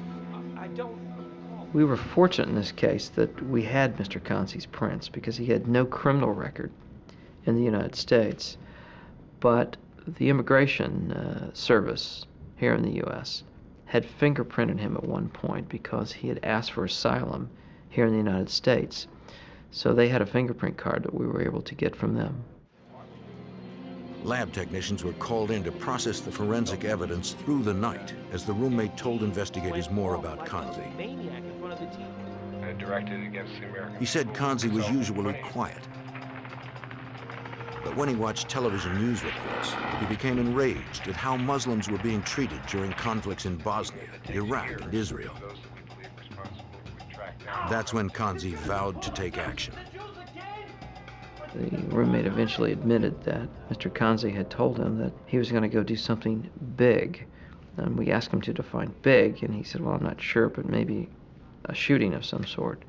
And he mentioned going and doing something big at the CIA, the White House, or the Israeli embassy. Agents believe the roommate was not connected with the shootings. But he was not permitted to leave the country until the investigation was complete. Lab examiners compared the fingerprint lifted from the shell casing found at the shooting to Kanzi's fingerprint on file at the INS. They matched. Investigators also confirmed that the serial number of the weapon recovered in the apartment matched the serial number of the Chinese-made AK-47 purchased by Kanzi 3 days before the CIA killings. Kanzi had presented 2 forms of ID for a Virginia State Police background check, and the purchase had been approved within minutes. FBI lab examiners then compared bullets and shell casings test-fired through Kanzi's AK-47 with the bullets and shell casings collected from the crime scene by Fairfax detective Jeff Miller. The firearms examiner was able to say that the bullets at the crime scene were fired from the gun that was collected from Kanzi's apartment. He was also able to examine the cartridge casings that he test-fired at the laboratory from the AK-47 and compare them to the cartridge casings that I collected at the crime scene. And he was able to say that the cartridge casings at the crime scene were in fact fired from the same weapon. Technicians next examined the field jacket seized from Kanzi's apartment closet. If this was the same coat witnesses had seen the shooter wearing when he fired point blank into their vehicles, tiny shards of glass would be embedded in its material. You had glass from a German car, glass from a Swedish car, glass from an American car, and if you had all 3 of those types of glass in his clothing or on his shoes, then that would be pretty obvious that he was, if not there, at least he was near the scene when it happened, because he's got all this glass on him. They were able to find glass particles in his clothing that matched the type of glass that came from all of the vehicles at the scene. Investigators had enough evidence to charge Mir Emal Kanzi with capital murder and malicious wounding. The FBI also filed charges of flight to avoid prosecution and offered a $100,000 reward for information leading to Kanzi's capture. Agents fanned out to interview members of the Washington area Pakistani community. They were looking for Kanzi's friends, acquaintances, or anyone who had come into contact with him. We learned that Mr. Kanzi had gone to a market in Herndon, Virginia, and the individual who ran the market had a connection at a travel agency. And we learned through this individual that Mr. Kanzi had come to him on the afternoon of the 25th, the day of the shooting, and bought a one-way ticket to Pakistan. The manager said that Kanzi had only one suitcase and needed a ride to the airport, so the manager drove Kanzi there himself. Agents confirmed that Kanzi boarded a flight to Quetta, Pakistan, a city less than 80 miles from the Afghanistan border.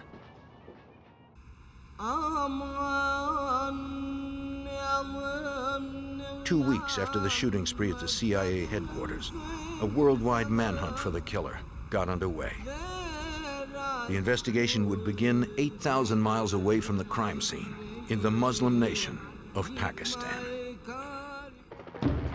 In February 1993, 32-year-old Pakistani Mir Amal Kanzi was wanted by the FBI for killing 2 and wounding 3 CIA employees on the highway outside CIA headquarters in Langley, Virginia.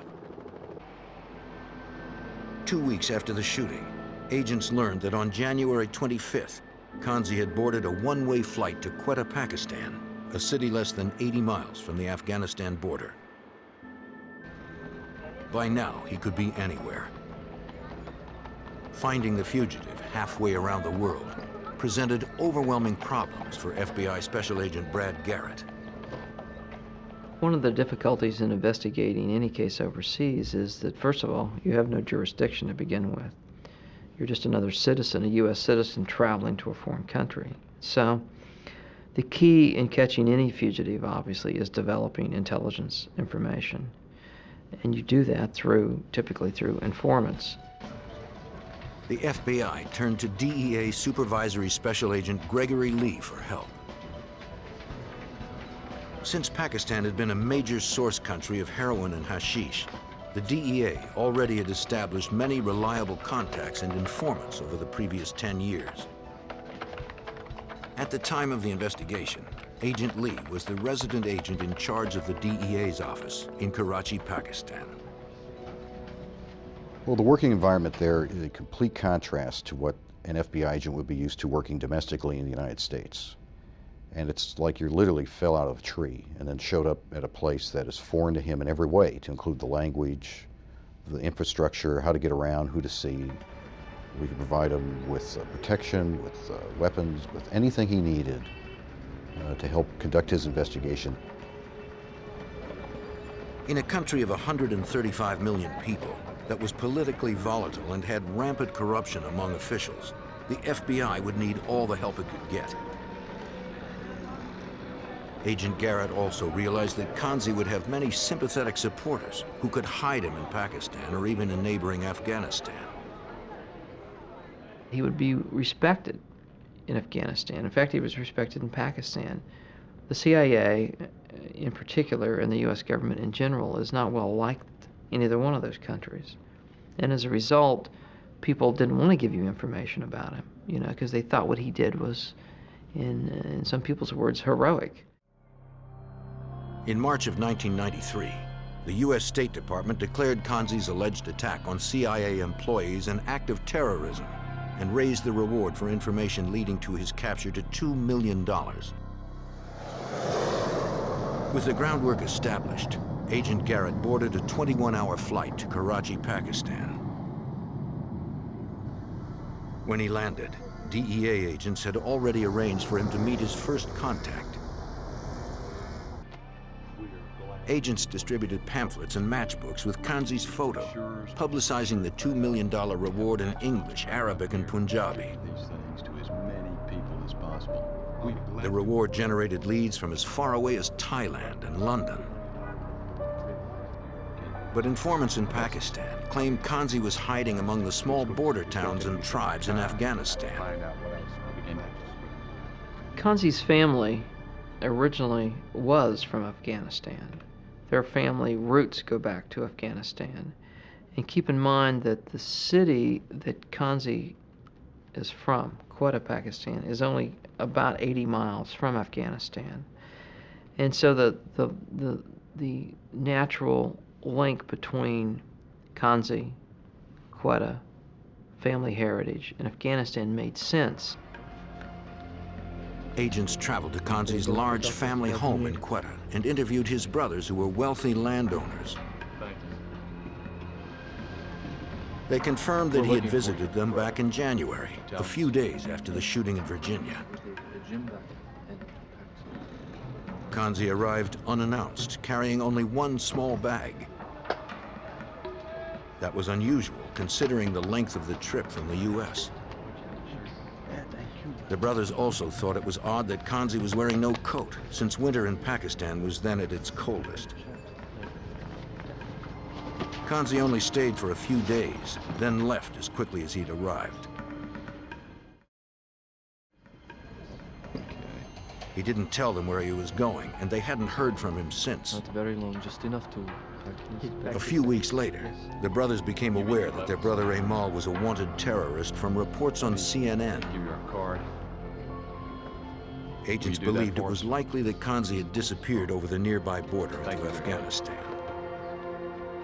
We knew that it would be safer for him in Afghanistan because, by and large, Afghanistan, particularly back then, is a country that's just basically a bunch of tribes that control different parts of Afghanistan. At that particular time, really had no central government that had control of Afghanistan. So it's like, who would you even go to ask permission to come into Afghanistan? The investigation had hit a dead end. Agents returned from Pakistan without the fugitive. Kanzi's trail went cold for the next 3 years, so the State Department raised the reward for information leading to his capture to $3.5 million. While Agent Garrett waited in Washington for the reward money to flush out a viable informant, he spent time with FBI fingerprint experts. Since so much time had passed, he needed to learn how to recognize Kanzi through his fingerprints in order to be certain they had the right man if he was arrested in a remote location. The agent studied the unique ridges and grooves of each one of Kanzi's 10 fingerprints that he'd given the INS years earlier. I see that. He was also taught how to fingerprint a resisting suspect under field conditions. This is a case that obviously took a large chunk of my life to work on, you know, and I guess one of my fears might be that we never would catch him, you know, and, you know, which is entirely possible. In April 1997, after 4 years of pursuit, an FBI agent at the U.S. consulate in Karachi, Pakistan, received a call from one of their more reliable sources. The man claimed he had information on Kanzi's whereabouts, but the informant didn't want to say more over the phone. All right. He told the agent to wait in a public place and that a second man would contact him on his cell phone in an hour. The crowded streets of Karachi would provide ample cover.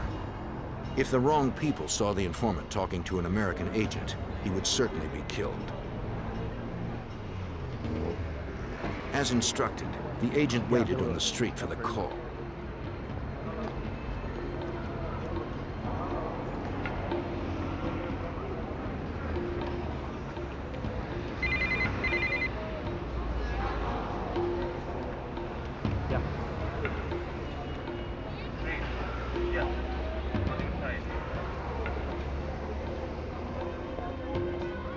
The agent hoped his contact would have viable information that would finally lead the FBI to Kanzi.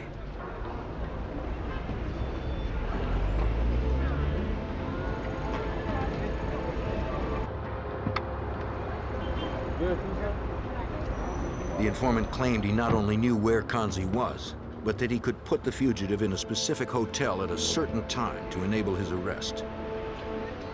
The informant represented a group of Kanzi's protectors who decided the reward money was too great to pass up. The highest levels of the U.S. government were involved. The White House approved a secret arrest plan. The Secretary of State then secured permission from the Pakistani leader for U.S. agents to carry out the operation. Pakistan is very sensitive to their image. They're very proud people. They don't like the idea of a Pakistani being identified as an international terrorist, somebody who would travel halfway around the world to Washington for the purpose of killing CIA employees. To them, he's an embarrassment.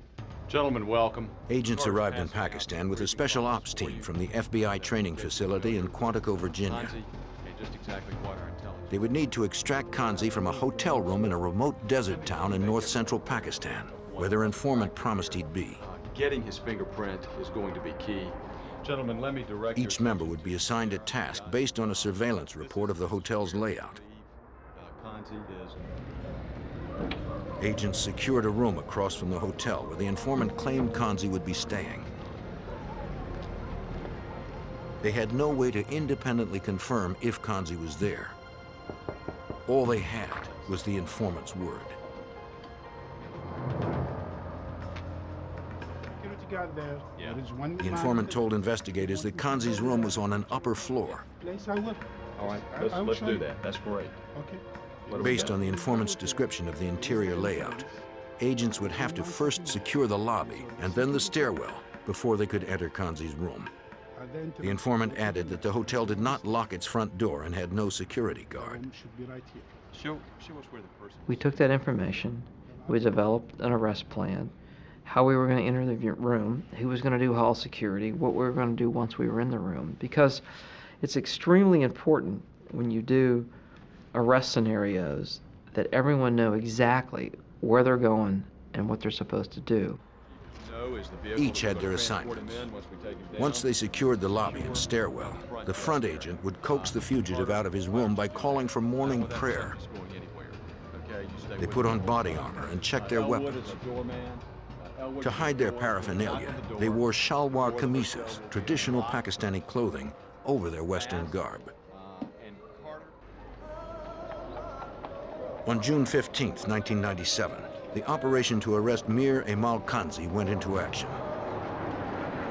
The team arrived at 4 a.m., figuring there'd be fewer people on the street at that early hour.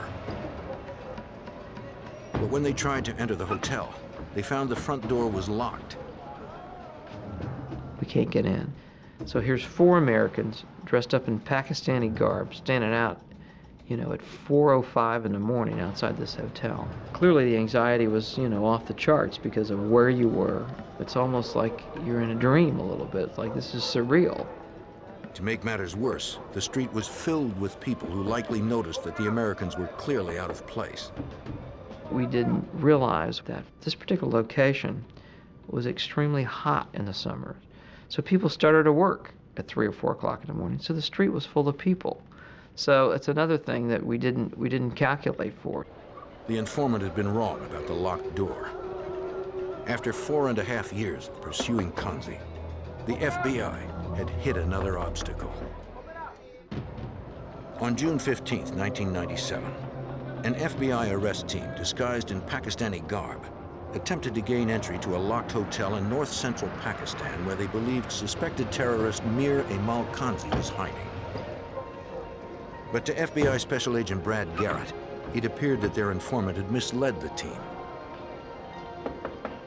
When we went up to the hotel, and the initial intelligence was that the door would be unlocked and there'd be no security guard, and we get there and the door is locked, and then within a few minutes we realized that there is a security guard there. Agents summoned the guard and pushed their way into the hotel. The team secured the lobby and moved quickly up the stairs. They hoped the informant had been correct about Kanzi's room number, if the fugitive was in fact there at all. When everyone was in place, the front agent knocked on the door and called for morning prayer to coax out whoever was on the other side of the door. If Kanzi was inside, he may be armed. Agents prepared for the worst.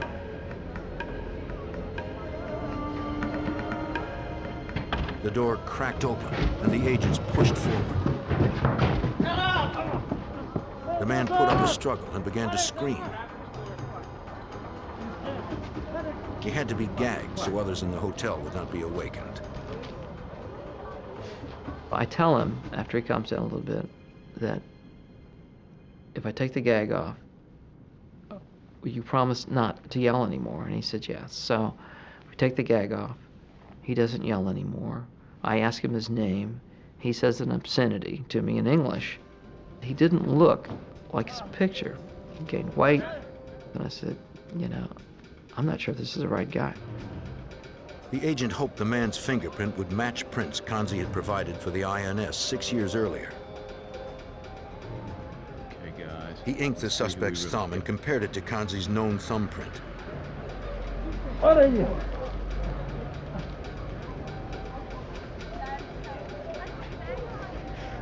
The prints matched.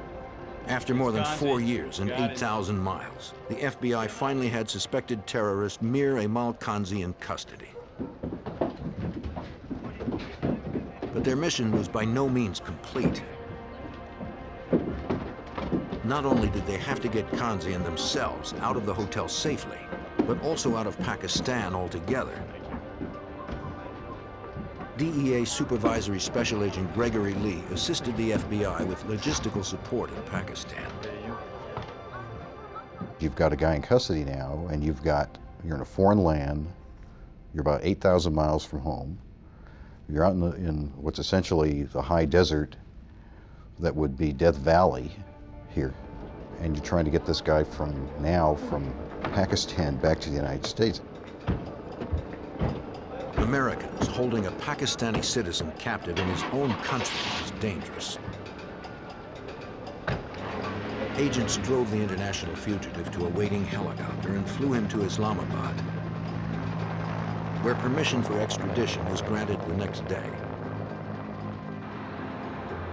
FBI headquarters in Washington was informed with a code phrase: "The package has been delivered." The arrest team flew Kanzi out of Pakistan on an Air Force plane. To avoid landing in a foreign country, the plane was refueled in mid-air, so Kanzi could not ask for asylum before facing justice in the United States. During the 21-hour non-stop flight, Kanzi confided that he'd been in Afghanistan for almost the entire 4 years while he was on the run. He also claimed responsibility for the shooting in front of CIA headquarters. As a political statement against the CIA of the United States, he had decided to kill workers before they pulled into the heavily guarded entrance. He explained that he didn't shoot any women because Islam forbids it. He said that after the shooting, he was surprised that he was still alive. So he drove to a nearby park, went to lunch, then bought a plane ticket to Pakistan. I said, well, why did you quit shooting? Because you had told us earlier that you had all this ammunition on you and that we had found all this ammunition in your apartment. And he said that he ran out of people to shoot. Affirming that his statement had been given freely and willingly, Kanzi signed his confession. After arriving in the U.S., a chopper transported the prisoner to a secure location. Under heavy security, agents delivered Kanzi to the Fairfax County Police to face the murder and assault charges. Fairfax County Detective Jeff Miller remembers that day. Having him captured and brought back to the United States showed to the whole rest of the world that the United States, the FBI, the Central Intelligence Agency, is not going to just let this sort of thing lie and not do something about it. No matter how long it takes, no matter where these kinds of people may hide, the United States is going to do their very best to try and track these people down and bring them back to justice. Kanzi was found guilty of murder, malicious shooting, and using a firearm in the commission of a felony. He was sentenced to death and is scheduled for execution in 2002. In the wake of the shootings, memorials to the slain victims were established on Highway 123, where they fell to the gunman's bullets. The CIA tightened its security at the Langley compound and at all of its offices around the world. The successful investigation would prove to be another in the long line of battles against terrorism.